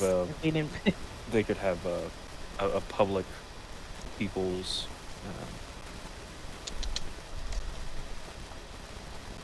conflict as well. If being paid by a dictatorship to do a thing that's a criminal act otherwise doesn't really always make you, a group of awesome people. So maybe, where do they come from? Do they pride themselves in, maybe they're descended from a certain type of elf that live on the wild land next door at one point, and they see themselves as ethnically superior, or just they have powers so they take what they can, so on and so forth like that. Because you could get into, maybe the Corsairs need to be disbanded or defeated in order to cause a revolution or some sort or another. Okay. So, yeah. If they're being employed as pseudo-criminals by a dictatorship, they might be kind of shady, basically. Mm-hmm. So what is their background?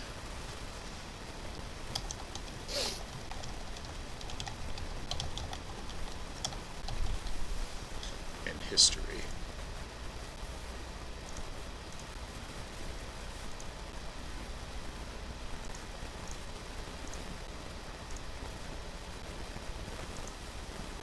Wow. It is so windy in Los Angeles right now. How or windy San is it? Francisco. The foul How pole windy in is Dodger it? Stadium is moving. Pretty windy.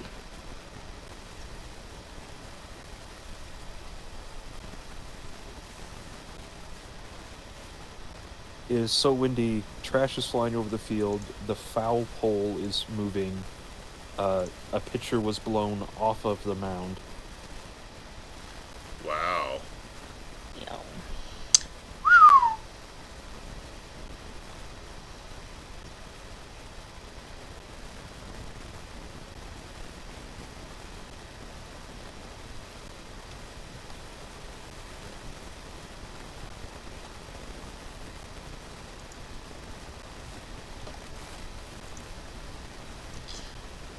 Let's see here.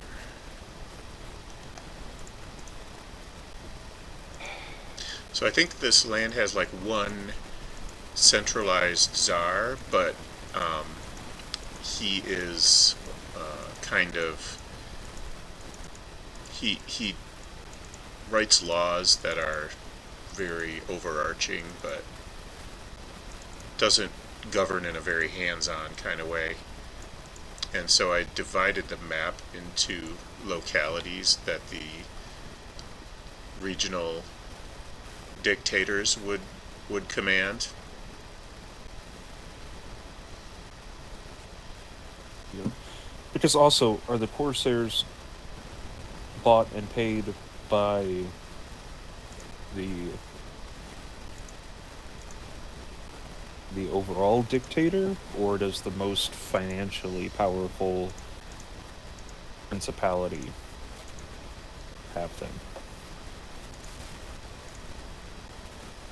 I would think the overall dictator, or the czar, we call him. Yeah, and there could always be a big conspiracy behind that. But the leader is fucking the queen. That's what Well, yeah.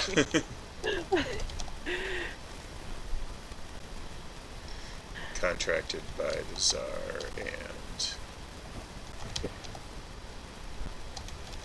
the leader is in bed with the queen.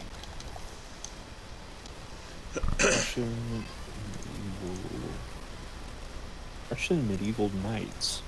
This will be interesting.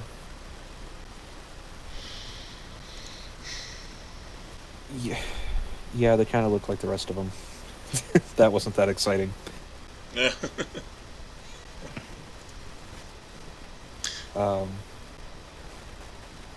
I don't know why I thought otherwise. I do assume that medieval Russia did not extend over into Siberia. I so don't know. the culture would not have been as weird. I don't know. Russian medieval hierarchy is what I was actually going for, but knights auto-filled.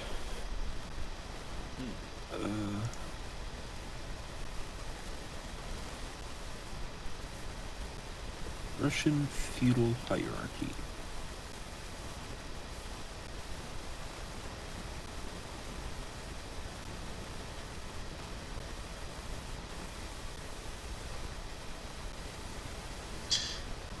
So my brain is starting to shut down for the night.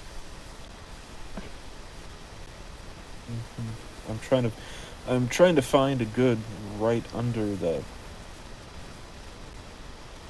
czar to call the rest of the guys.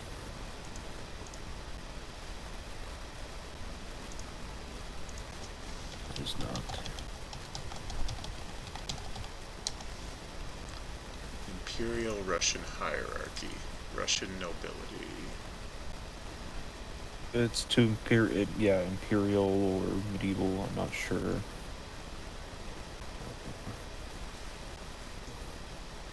Dvoria originally referred to servants at the estate of an aristocrat.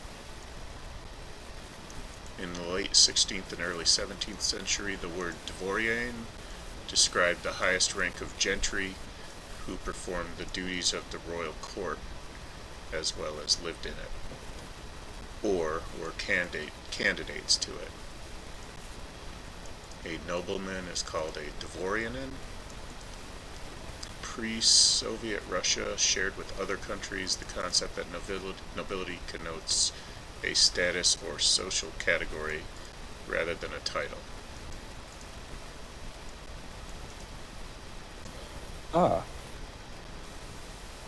Many of the landowners served as land captains, known as little czars by the peasants. They kept order in countrysides, and they punished peasants by public floggings. Of course Little they did. czar. Of course they did. I'm trying to find... What better way you is know. there to punish peasants? Exactly. Territory, War Revolution, Emperors are Imperial Council. Council administers the most holy synod. I'll go with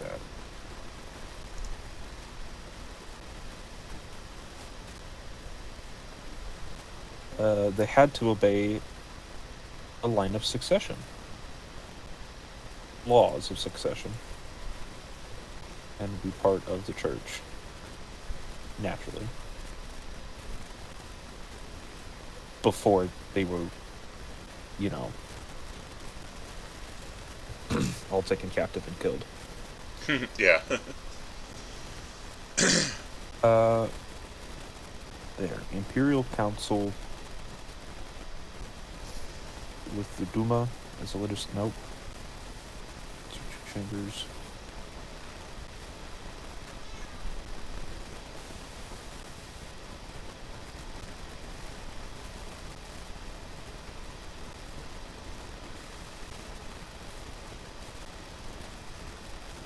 Some stove.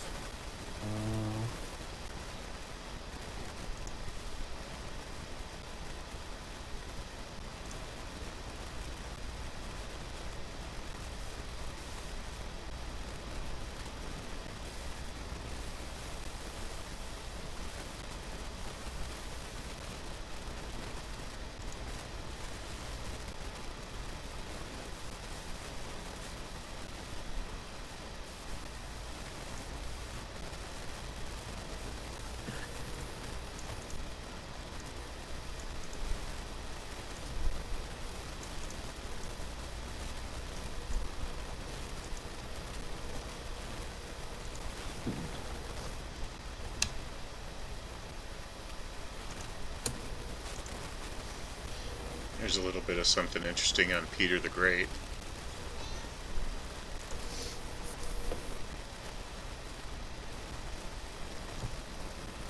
There we go. I found the Imperial, Royal, Noble, Gentry, and Chivalric ranks in Europe. Cool, pop the link into the... Prince Elector. Let's see the link. Let's see if that works.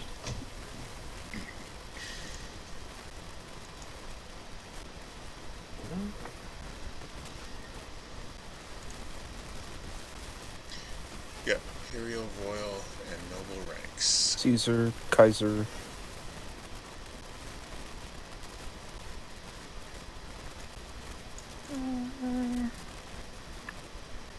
Kind of the Czar, and Czar.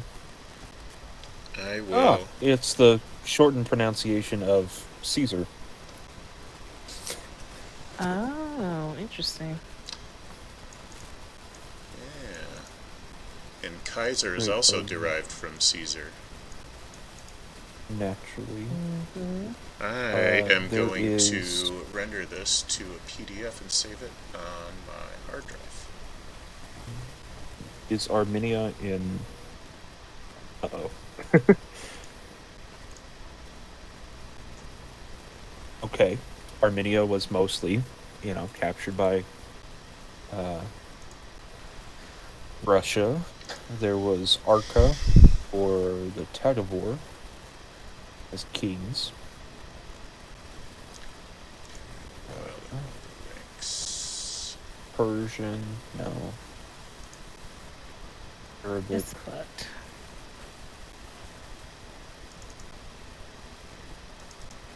That's a little out there. Han. Korean, Georgian. A lot of king of kings. It's a bunch. Okay. Princely, ducal, and other sovereign titles. Prince. Ancient Filipino. South Indian. Tar. Slavic. The Knyaz. Knyaz.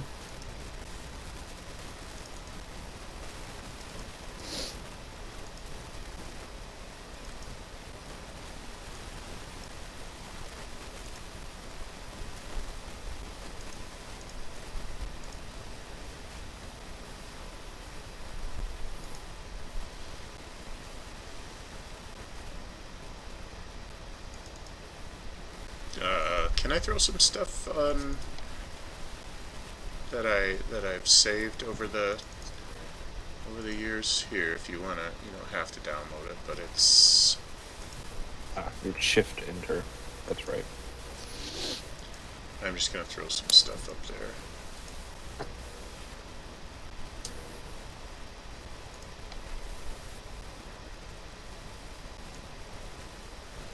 Old English. You ever see something that's called Old English and you realize that it's just because they spelled things weird? That it does seem that way sometimes. Because it's like Eoldorman, and then you see Old English for elder man, and you're like, yeah, that, Mm-hmm. that checks out. Mm-hmm. No, we don't really need that one right now. Turkish.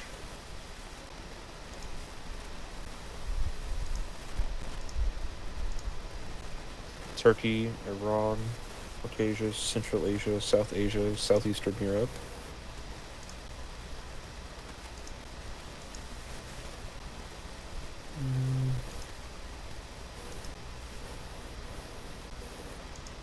I looked at this medieval economics report and promptly ignored it.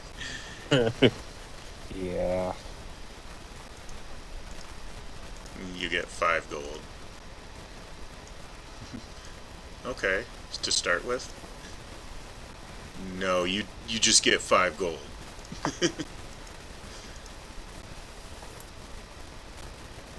I don't, you know,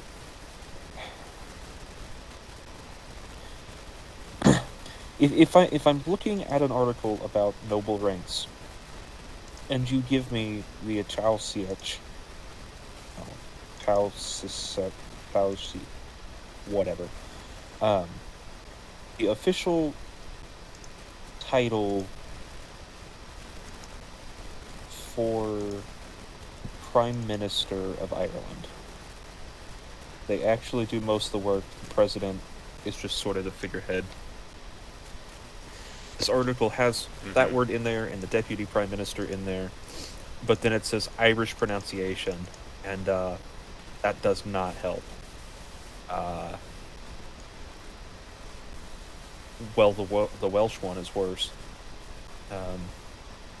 naturally, but Irish Gaelic is a really, really difficult language.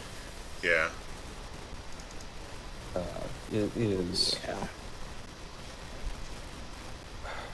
It is pretty bad.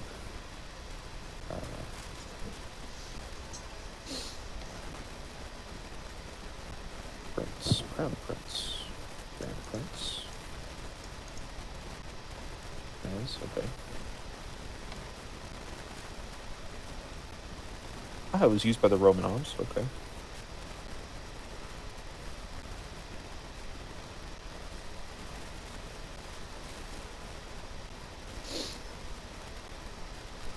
The Dauphine, Spain.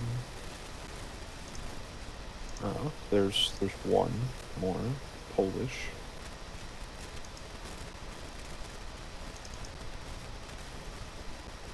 I gotta read a paper on the opioid epidemic, and this is what I'm doing instead.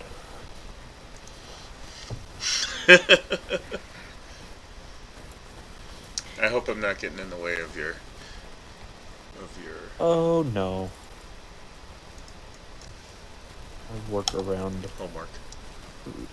to accomplish things, but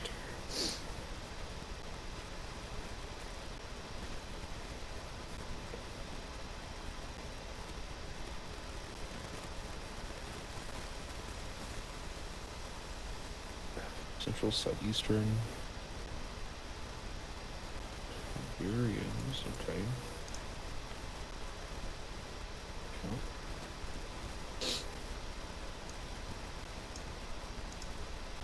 These titles jump out at anybody?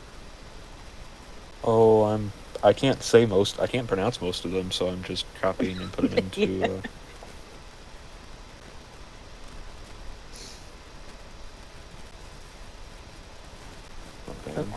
Yeah. Hungary's. Hungary Eastern, or is Hungary Middle Eastern? Hungary is Eastern European. Turkey is that border. Yeah, I don't think it's Middle Eastern. That is Hungary. It's me in a couple hours. Mm-hmm. Where's Hungary at? People who are still awake. Oh, there it is.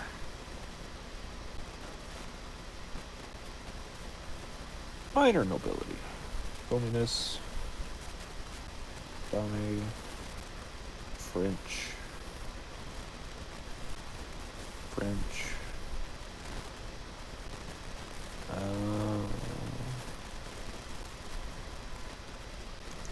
Where is Gascon? Gascony, a province of southwestern France. Revolution. Okay.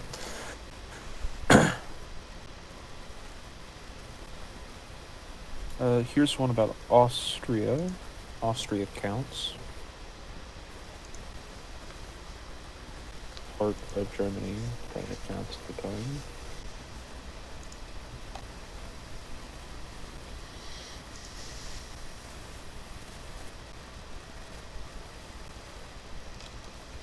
Polish.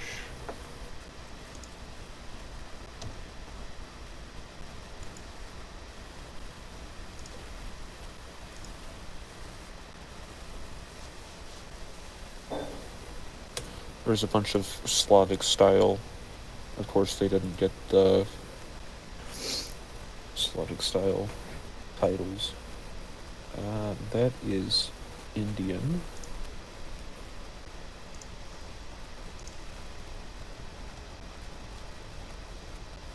I'm going to copy that into the notes document.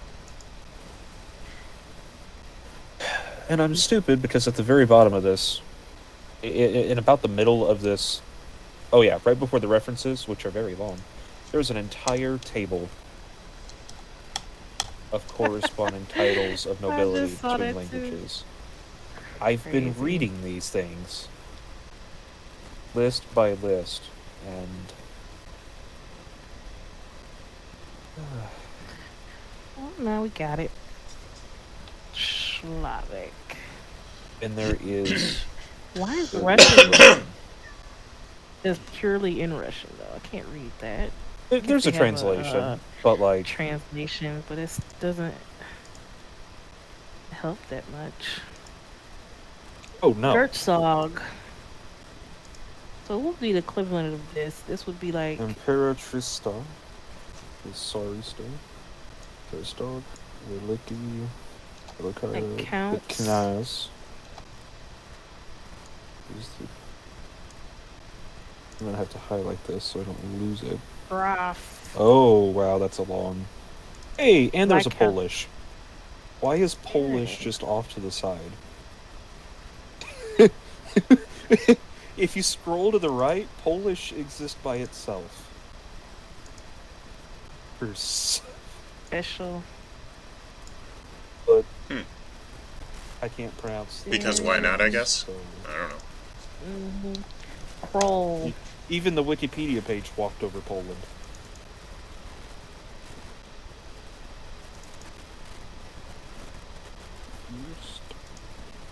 Sarvek. I like that one. That's Prince. The Marquise is going to be a Marquez most places.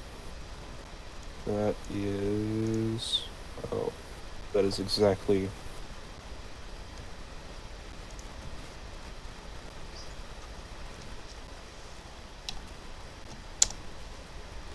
Baron, Baronet, Restar takes the place of Knight. There's a few in there. Yeah.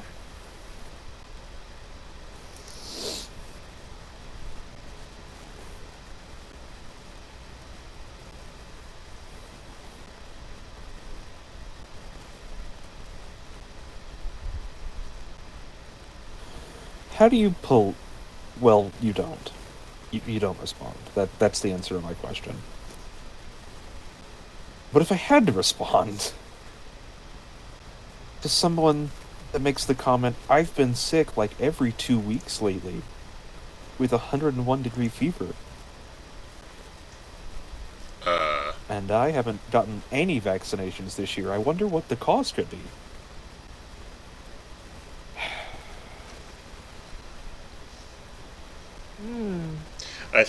Who knows? I gotta believe they're trying to make a joke. Oh, well, I would so. think so too, but they won't be there at 6 a.m. when I have to work, and they also are supposed to work, so it won't be funny then.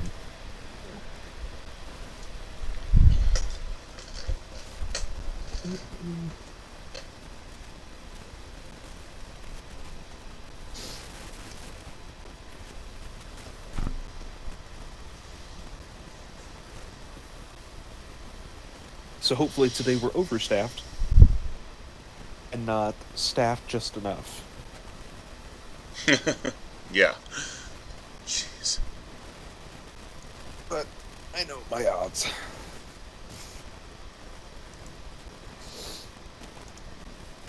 Caesar? Oh. Is that a crawl or a crawl? No, that's not bad.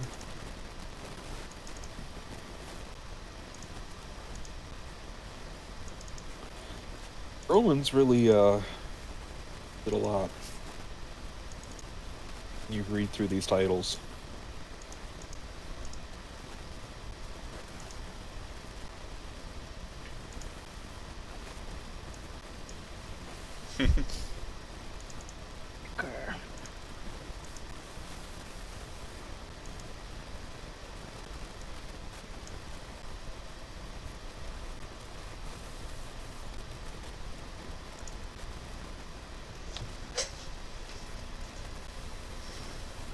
Now I'm curious.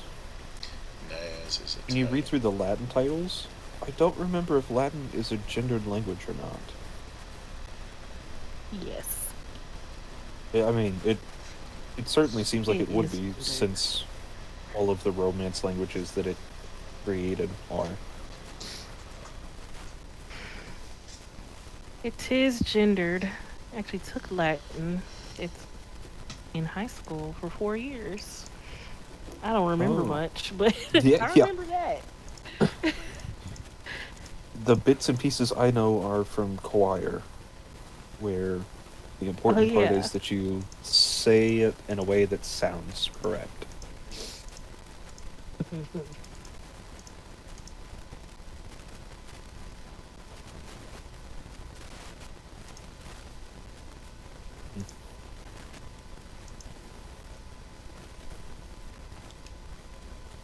Well, that was a fun.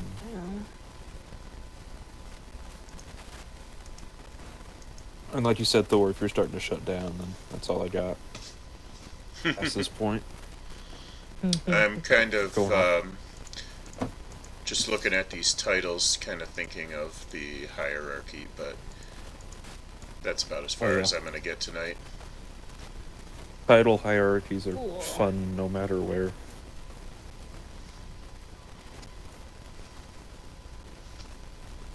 Are you still looking for another player? For Monday nights? Yeah.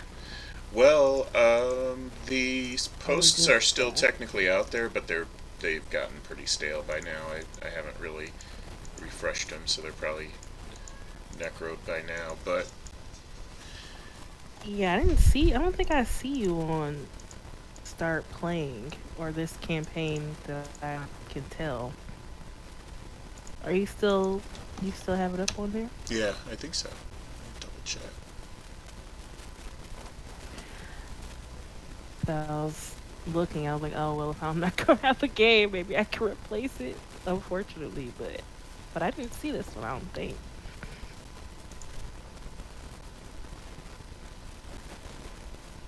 You're still listed as unapproved. But yeah, it's still on there. Oh, okay. It's still on Start Playing, and there's some the threads are probably pretty necro by now, but there's a couple posts on Reddit and Roll20 that I put up periodically. I could probably post again this week and see if I get anybody else. But I also don't really, like, I don't want to string you guys along, like, if you don't. I'm not going to play with 2. I could do 3. Yeah. But I don't want to just have you guys waiting around forever either.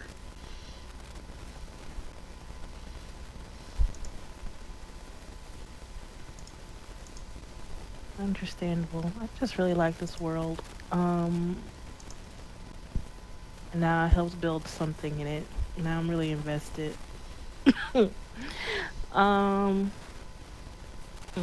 Well, I will keep the threads up and see what I can do, and maybe we could meet again for a little while next Monday. Not necessarily a long meeting, but I mean, certainly not till midnight, but Oh yeah, I don't mind hanging out, hanging around for any period of time really, because I have to put effort in to find something else in the midst of to find something else and then immediately go into the second half of my semester where things get weird.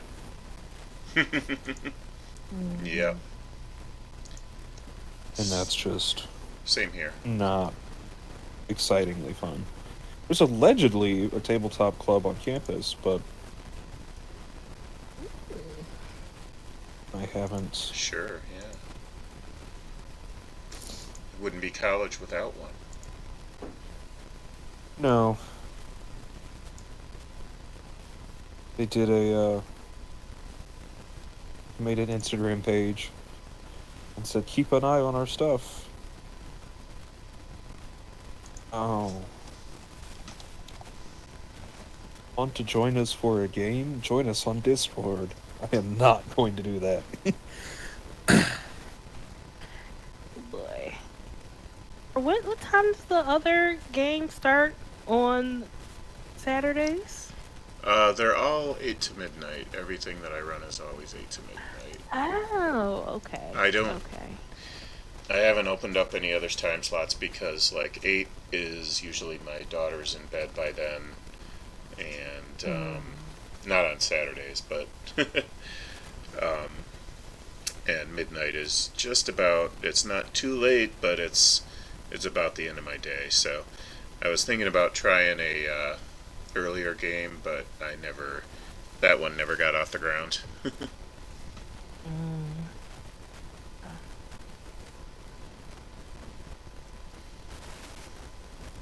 Let us know if you find someone. Alright, I'll keep the feelers out. Okay, cool. And I will talk to you guys soon. If you want to meet next week, let me know. Okay. All right. All right, have a good one. You too. You too. See ya. Bye. Bye.